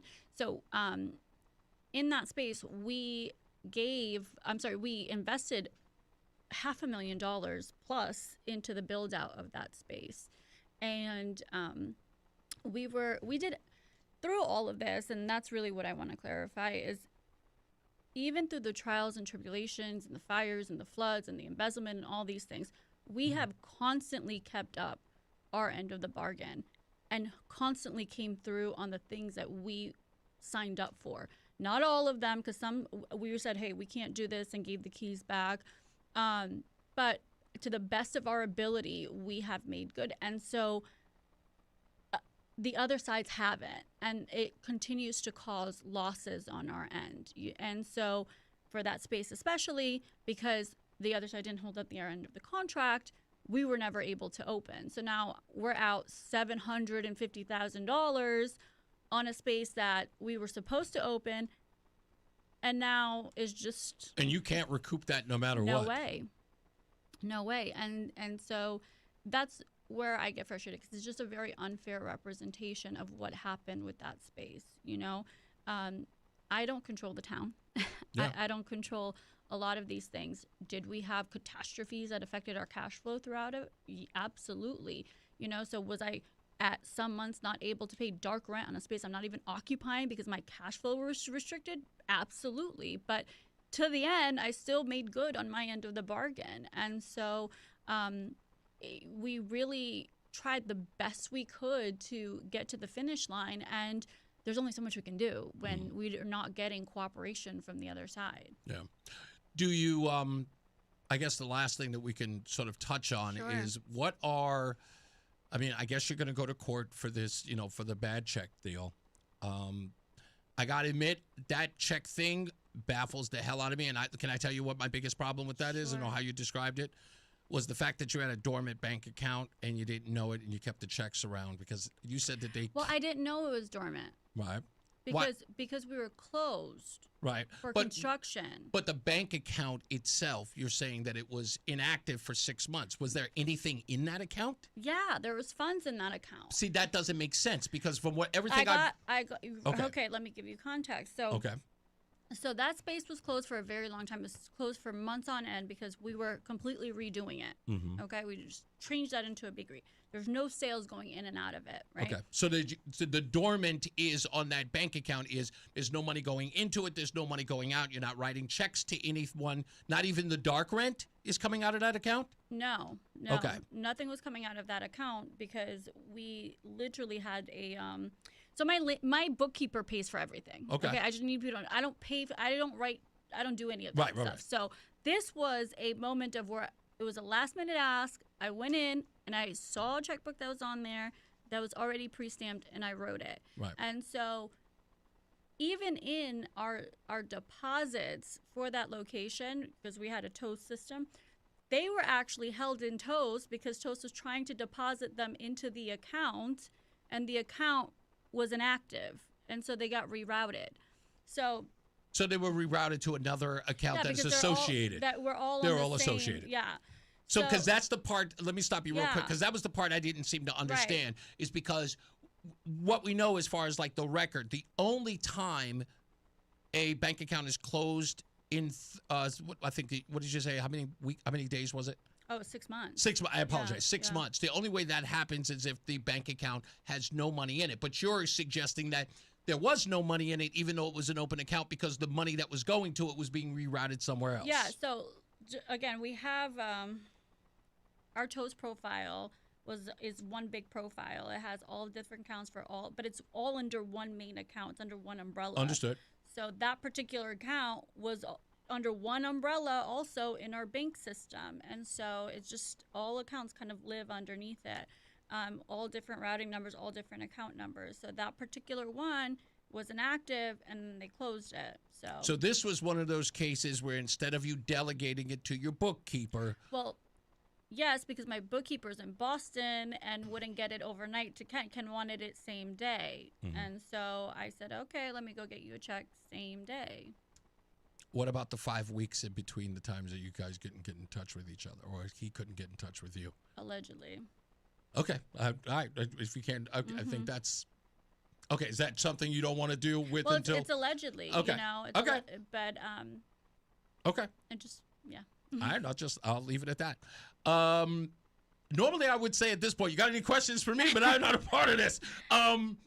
So I guess you just go through the court case, and what's the future for the place to be? You're going to continue to be open, try to keep it business as usual. And I know that you're doing this because, your reputation is being sort of hammered, and you're trying to at least establish that you're in good standing with the community and the restaurant. Well, yeah, I think that, again, when everything was happening, I was just trying to tackle what was in front of me. And I never, ever, ever in my wildest dreams anticipated all of this, and it just got so far outside of what was actually happening. And the story just really took on a life of its own. And so we've just, it's time for us to kind of tell our side. Yeah.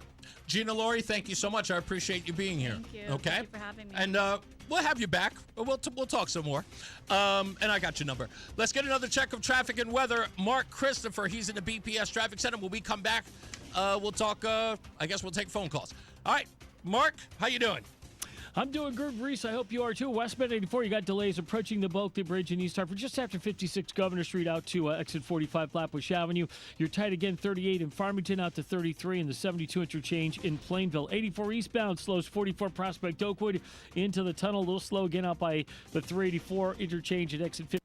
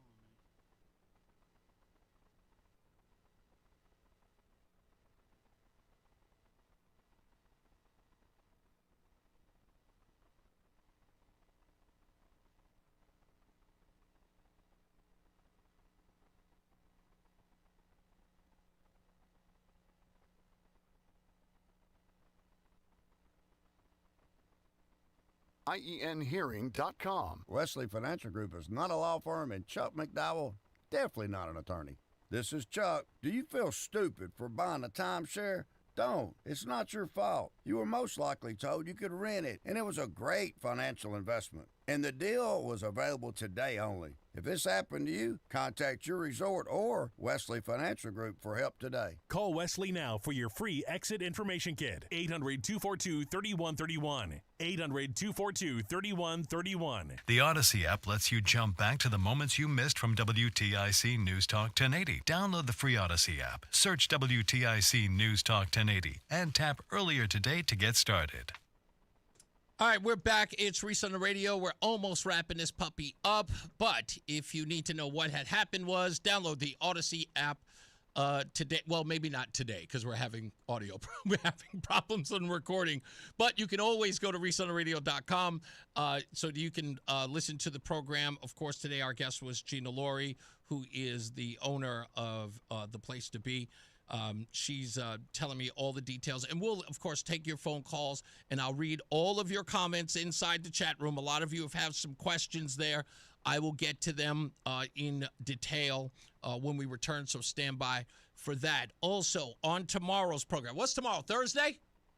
All right, tomorrow is Thursday, and we have got, you know what, and I'm going to screw up his name because that's what I do. Jay Jupakowski, I can't remember his darn name. He is the head of Food Share. He's going to be on the program tomorrow. He's going to be on the phone, unfortunately, because he lives too far away. But he'll be on the phone. We'll talk about Connecticut Food Share and what those folks are doing there. He'll be on the phone. Friday, we've got Alex. God, why am I forgetting his name now? He is the attorney for, there he is, Alex Taubes. He is going to be on the program on Friday. We'll talk to him about the cases he's got against William Tong from the J. Allen Jones, and also representing this young woman who was assaulted in the prison, and our name escapes me right now, LaShonda Gregory. We'll talk about that case as well. But don't forget, if you have any questions about my interview with Gina, give me a call. Get on the lines, 860-522-WTIC, 860-522-9842. And we'll see if we can wrap it up with all of that. I'm going to continue talking to Gina. She's still here wrapping everything up. She's, making phone calls and doing all her business. And I've got some other conversations to have with her. So I'm just literally dragging it out so we can get to the BPS Traffic Center. Let me tell you some of the questions we're getting. Steve is asking, ask her how come she has not repaid the checks. I'll answer that for you. She has made that clear. Why? In fact, she actually stated why that was the case. Someone asked me, Reese, are you believing her BS? Once again, how come she did not cover it once she learned about it? She had an answer for that. She's answered it already. She did offer a different check, and she had some other statements about that. Landlord is now suing her personally from the bakery. She's actually already dealt with that. That's done, right? That's still, sorry, is that on litigation? They're trying to sue me for legal fees. Oh, that's right, legal fees. Yes. That's a legal fee deal. So anyway, we'll get to all of that. Stand by. Just get on phones. 860-522-WTIC. Mark Christopher, he's in the BPS Traffic Center getting you home. Hey, Mark. Hey, Reese, thank you very much. Well, if you're westbound, 84 delays, 56 Governor Street out to 45 Flatbush, 84 eastbound's locked up from exit 44 Prospect Oakwood into the tunnel. Tight again, 58 out to 59 in the 384 interchange. Southbound 91 slows 36 down to 35. Again, approaching 33 down to 32 A and B. More slow traffic, 24 down to 22 in the Route 9 interchange. 2 westbound slows, 1D up to the 84 West merge. If you're traveling 291 eastbound, you're slowing I-91 over to the Bissell Bridge. Both sides of 9 a little slow at the Aragoni. 9 northbound, you've got delays now as you approach exit 31 up to exit 32 in Berlin. If you are traveling 84 westbound in Farmington, delays 38 out to 33 in the 72 interchange. 72 westbound's heavy from Route 9 in New Britain over to the 84 interchange. If you are westbound 84, delays in Cheshire 691 interchange up to exit 25 in Waterbury. 84 eastbound Waterbury slowing by exit 18 again from exit 25A down to the 691 interchange in Cheshire. And if you're 95 southbound New Haven, tied up from the Q Bridge down to exit 43 in West Haven. This traffic report is being brought to you by Columbia Implant Center in Manchester. Stuck in traffic again? Don't waste another minute. Columbia Implant Center in Manchester gets you in and out fast, often in just one day. Open 7 days a week. Get your smile back now. Columbia Implant Center, ColumbiaImplantCenter.com. Traffic and weather together on the 8 WTIC News Talk 1080. WTIC weather. Mostly clear tonight, a low of 27 degrees. Clouds rolling in toward daybreak. Tomorrow, more clouds than sun. A chilly day with a high of 46. And mostly cloudy tomorrow night, low 28. Will stay mostly cloudy on Friday. Not quite as chilly. Friday's high reaching 50. Some sunshine as we start the weekend Saturday. And Saturday's high, 51. Right now, it is 39 in Plymouth. It's 41 degrees in Bristol. And it's 41 in Hartford. I'm meteorologist Bob Larson of the WTIC Weather Center. Planning for the future can be complicated, but attorney Haley Allaire makes it easier. Tune in every weekday morning at 8:15 for Elder Law Insights on WTIC News Talk 1080. Attorney Haley Allaire with Allaire Elder Law Firm shares real-world guidance and thoughtful tips to help you protect what matters most. Eggland's Best, the only eggs with more fresh and delicious taste, plus superior nutrition. Available in so many delicious varieties. Classic, cage-free, organic, free-range, and pasture-raised. Eggland's Best. Better taste, better nutrition, better eggs. Join us this Sunday for Tumalo Financial, your go-to for retirement planning and taxes. Tune in to the father-son duo from 7 a.m. to 8 a.m. or catch replay from 5 to 6 p.m. Tumalo Financial, retirement planning with integrity on WTIC News Talk 1080. Fitch High School in Groton has a very proud tradition at the Manchester Road Race. Olympian Johnny Kelly, a longtime teacher and track coach at the school, won the race 6 times during the 1950s and 1960s. Amby Burfoot, Kelly's star pupil at Fitch, was a 9-time Manchester Road Race champion between 1968 and 1977. And Ray Crothers, another Kelly protege and Fitch alumnus, won the race in 1965. Start your own tradition this Thanksgiving. Register now at manchesterroadrace.com. The Manchester Road Race is a great local tradition, and WTIC News Talk 1080 is proud to be a partner. WTIC has been Connecticut's radio station for 100 years, with local talk shows talking about the things affecting our state and nation. Mornings with Brian and Company, 5:30 till 9, and Reese on the Radio, 2 till 6. Plus local news, weather, traffic, and sports, all on WTIC News Talk 1080, because local radio is just better. I'm Ed Evans, CEO of Consumer Cellular. Ever wonder why Big Wireless wants you on an unlimited plan? They probably want you to cover the cost of those 20-somethings using all that data every month. But most people 50 and up like me only use 12 gigs or less. Don't get bamboozled by Big Wireless. Switch to Consumer Cellular. Our plans start at just $20, and we use the same towers as the big guys. Join the millions who choose something better, because if you're not using all that data, you're probably getting used. Call 1-888-FREEDOM, visit consumercellular.com/fax or a store near you. Plans include $5 credit for auto pay and e-billing. See site for additional facts. My name is Whitney Allen. I am a widow. My husband Ryan died. We never thought in a million years we'd have to use life insurance. The unexpected happened. With Ethos, it is so fast and easy. It's 100% online. You can get a quote in seconds, apply in minutes, and get same-day coverage. No medical exams, and you can get up to $3 million worth of coverage through Ethos. Get your free quote at ethos.com/radio. That's ethos.com/radio.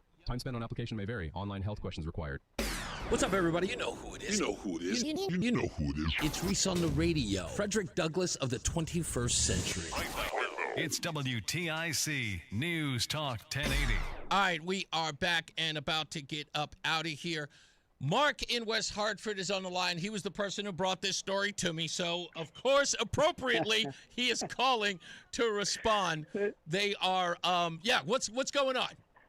Listen, I learned a couple of things. Okay. First of all, in order to get a hold of Luke Bronin, Senator McGrory, or even Lamont, for the 8 years or more they've been around, I guess I'll just pose as a restaurateur, a pretty one at that. And maybe why are you saying? Wait! Why are you saying that she is posing as a restaurateur? She's been around since 2016. No, me. I'm saying me. Oh, okay. I'm saying that little did I know what the secret would have been is to pose as a pretty young restaurateur, and maybe they would have answered my emails or met with me or called me back. But because she thinks that because that's doing business. Well, what about constituents? The other thing was that she mentioned, and boy, sometimes my father used to say, leave things alone when they're working. Okay. That Chamber of Commerce, I don't think, her stint with them didn't help out, because when listen, I think she had immigrant parents that had a restaurant. Yes, I don't know if they did the expansion thing, but all I know is in my experience at 65. But listen, and my Big Fat Greek Wedding. Remember that movie? Yeah. Yeah, it wasn't Dancing Zorba's 1, 2, 3, 4, 5. No, that guy had one restaurant, and so did her father. But that's what I'm saying is like. She's saying, like, doing this Chamber of Commerce taught her how to expand and do all that. How did that work out for her? No. See, now you're missing. Hold on. See, that's the part that you're missing. Now, if you were listening to her, that was exactly what I was going after her about. Was obviously her time at the Chamber of Commerce, she was helping other restaurants get the benefits they were not aware of, right? So she now understands the inner working of businesses. In the Chamber of Commerce, that's their job, to help people expand, know the benefits, the things that will help them grow, or other things for matters, like opportunities for them as a restaurant, whatever the case is. So she learns the inner workings of that thing, and in her, of course, relationship with her father as it pertains to his restaurant, she's got an inside track. Now, as I went after her, rightfully so, my issue with her was, did she take all the knowledge she had and because of that just grow place to place to place to place to place without the proper structure in place, which she defends? Was she more concerned at taking advantage of all these grants and everything else? No, because she made that clear. Running the business properly? See, that's but listen, you can't, Mark, wait. You're asking me a question. You're not letting me answer. You said taking advantage of these grants. She addressed that. She said you can look anywhere. She did not in any way. She took out loans to the level of $2.6 million for it, and no one ever talks about that. The only thing they talk about is the fact that is she going to pay back those? Is she going to pay back all the loans right to the penny? They want to know if you're going to pay back the loan. Yeah, she's planning on paying back the loan. All of it. Because you know what happens when who pays for it when she doesn't pay for it. No, again, but that's the whole part. No one has ever. How is she going to pay back $2 million when she can't even cut out a $10,000 check? Mark, Wait, you got it. How is she going to pay back? How is she going to pay back millions when she couldn't even manage thousands of dollars? That's not. How does that happen? Mark, that is a misrepresentation. That's exactly the reason why I'm trying to get. I wish your guest was on right now. That you had on yesterday. Oh, no. See, again, what you're doing is you're conflating two separate issues. Now, Mark, you're not listening, so I'm going to say it again. You were talking about paying back loans to the state, or to the city for that matter, for $150,000 or even $600,000. No, I'm talking about bank loans for millions. Yeah. No. Bank loans for millions is not even a part of the conversation that we're having. The bank should be, though. Is she going to pay that back to the penny? That's her. Guess who pays for that? Guess who pays for that? Who pays for the bank loans that she doesn't pay back? And your assumption being she's not going to pay them back. She says she can, and so my question that you're kind of like you're. No, I'm trying to get to your point. I'm trying to get to your point about saying, but Mark, you don't even hear. Mark, you don't even hear yourself moving the goalpost here. That's why I'm trying to keep you focused. You went from the loans that she got from the city to now talking about her bank loans. So which one are you actually trying to get her to pay back? Like, where's your issue here? Let's talk about the bank loan. Okay. So the bank loans was never an issue to this story. The issue to this story was whether or not she fleeced taxpayers in money that she received to open up these restaurants. And How about fleecing bank customers that have to absorb her loans? We haven't established. We haven't even established that that's an issue. She hasn't been brought. How is she going to pay him back? But she hasn't been in business. Mark, she hasn't been brought to court for any of that. Why are you suggesting that she has? Okay, let me. No. Has that been the case, Mark? Has the case been that she has been brought to court for bank loans? Is that the case? But is it? No. It's just a yes or no. Say it one more time. Is she currently being hauled off to court by her bank for the loans? Not that I'm aware of. Okay, so now we're having an argument about something that is fictitious. No, we're not having an argument. We're not having an argument. I asked the question. How is she going to pay back millions when she couldn't even manage thousands? Okay. If my father were alive, he would ask that same question. Because that's when I'm posing that But she question, addressed that's that. my father talking. But she addressed that as well. Now, this is, again, because I know it's radio and people miss that. She made it very clear that her intention was to give a bank check to Ken. That ended up going south for whatever reason in exchange between them that she cannot disclose because that's going to be a part of her defense in the courtroom.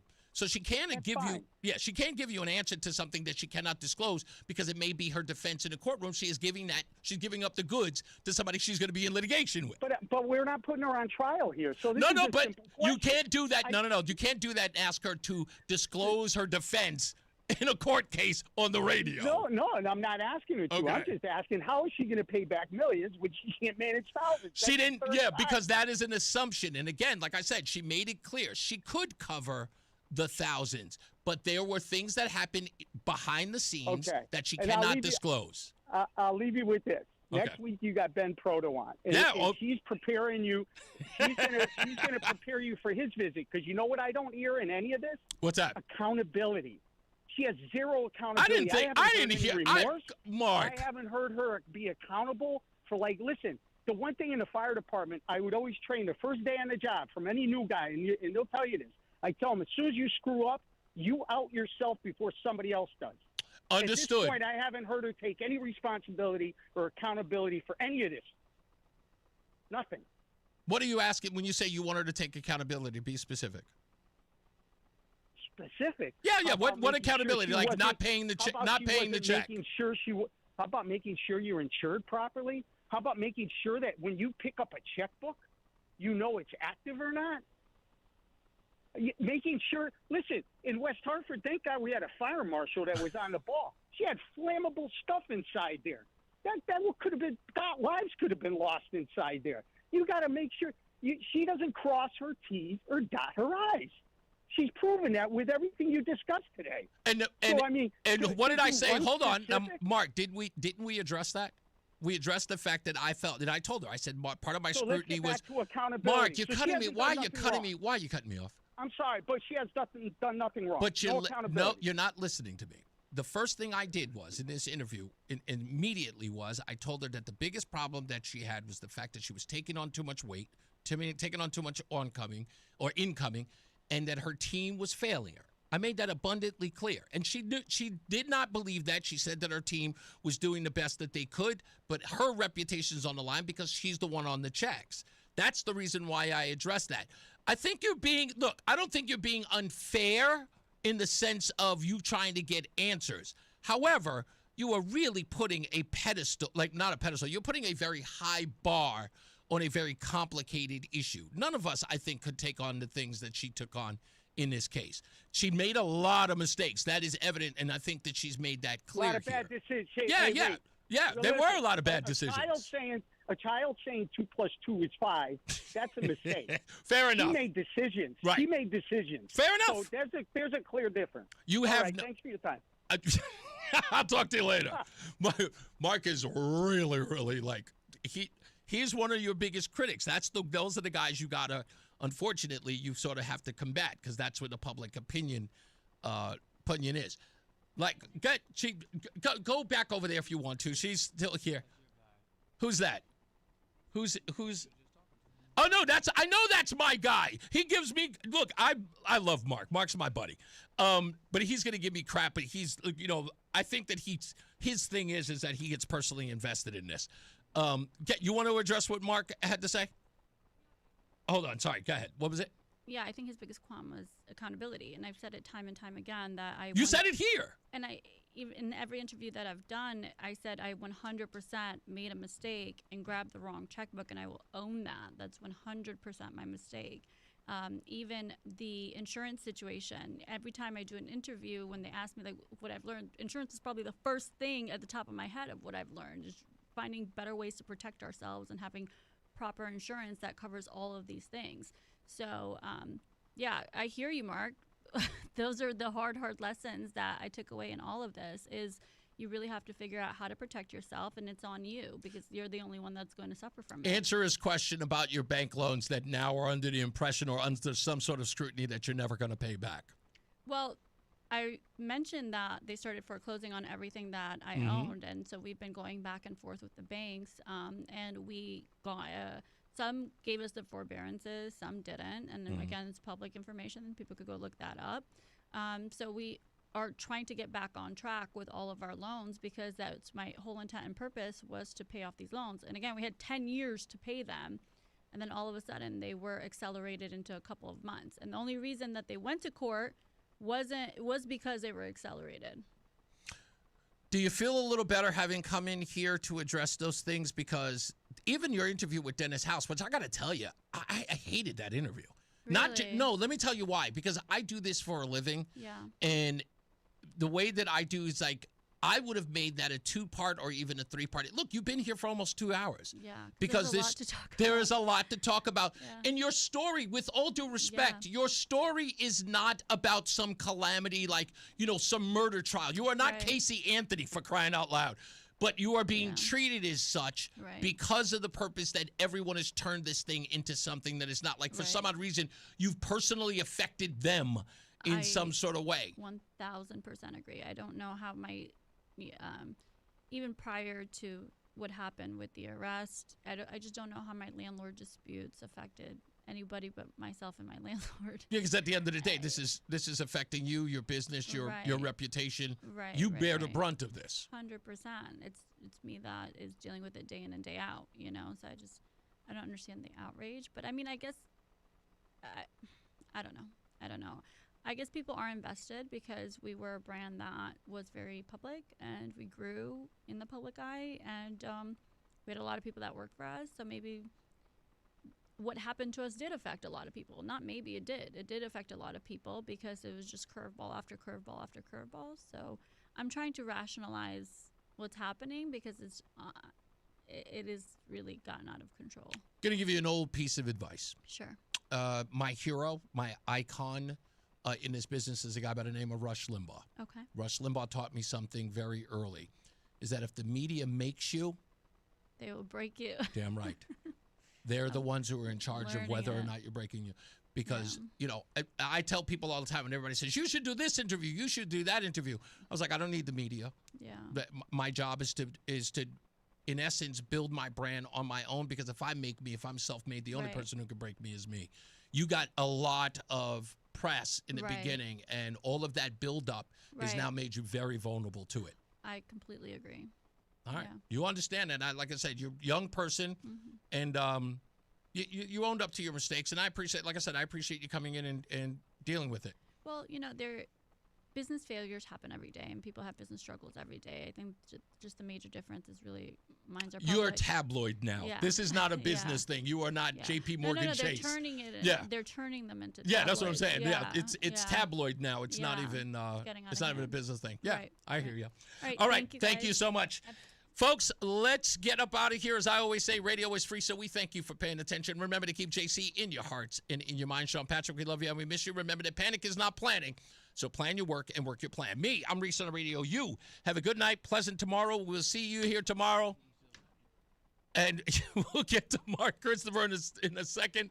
Tomorrow, Food Share on the phone. We'll talk about what they're doing for Thanksgiving and how you can help them and participate in that. A whole bunch of other stuff as well. As I told you, Alex Taubes is going to be on Friday. He'll be in studio to talk about both of those cases as they relate to William Tong. Now, let's get to the BPS Traffic Center with Mark Christopher, who is getting you home, he said, with the question mark. Mark Christopher, who is there? Good night, sir. Sort of. I think he's there. Maybe he can't hear me. Mark? No? Okay. I got to go anyway. Good night, everybody. Maybe he'll come up in a second. I'll see you mañana.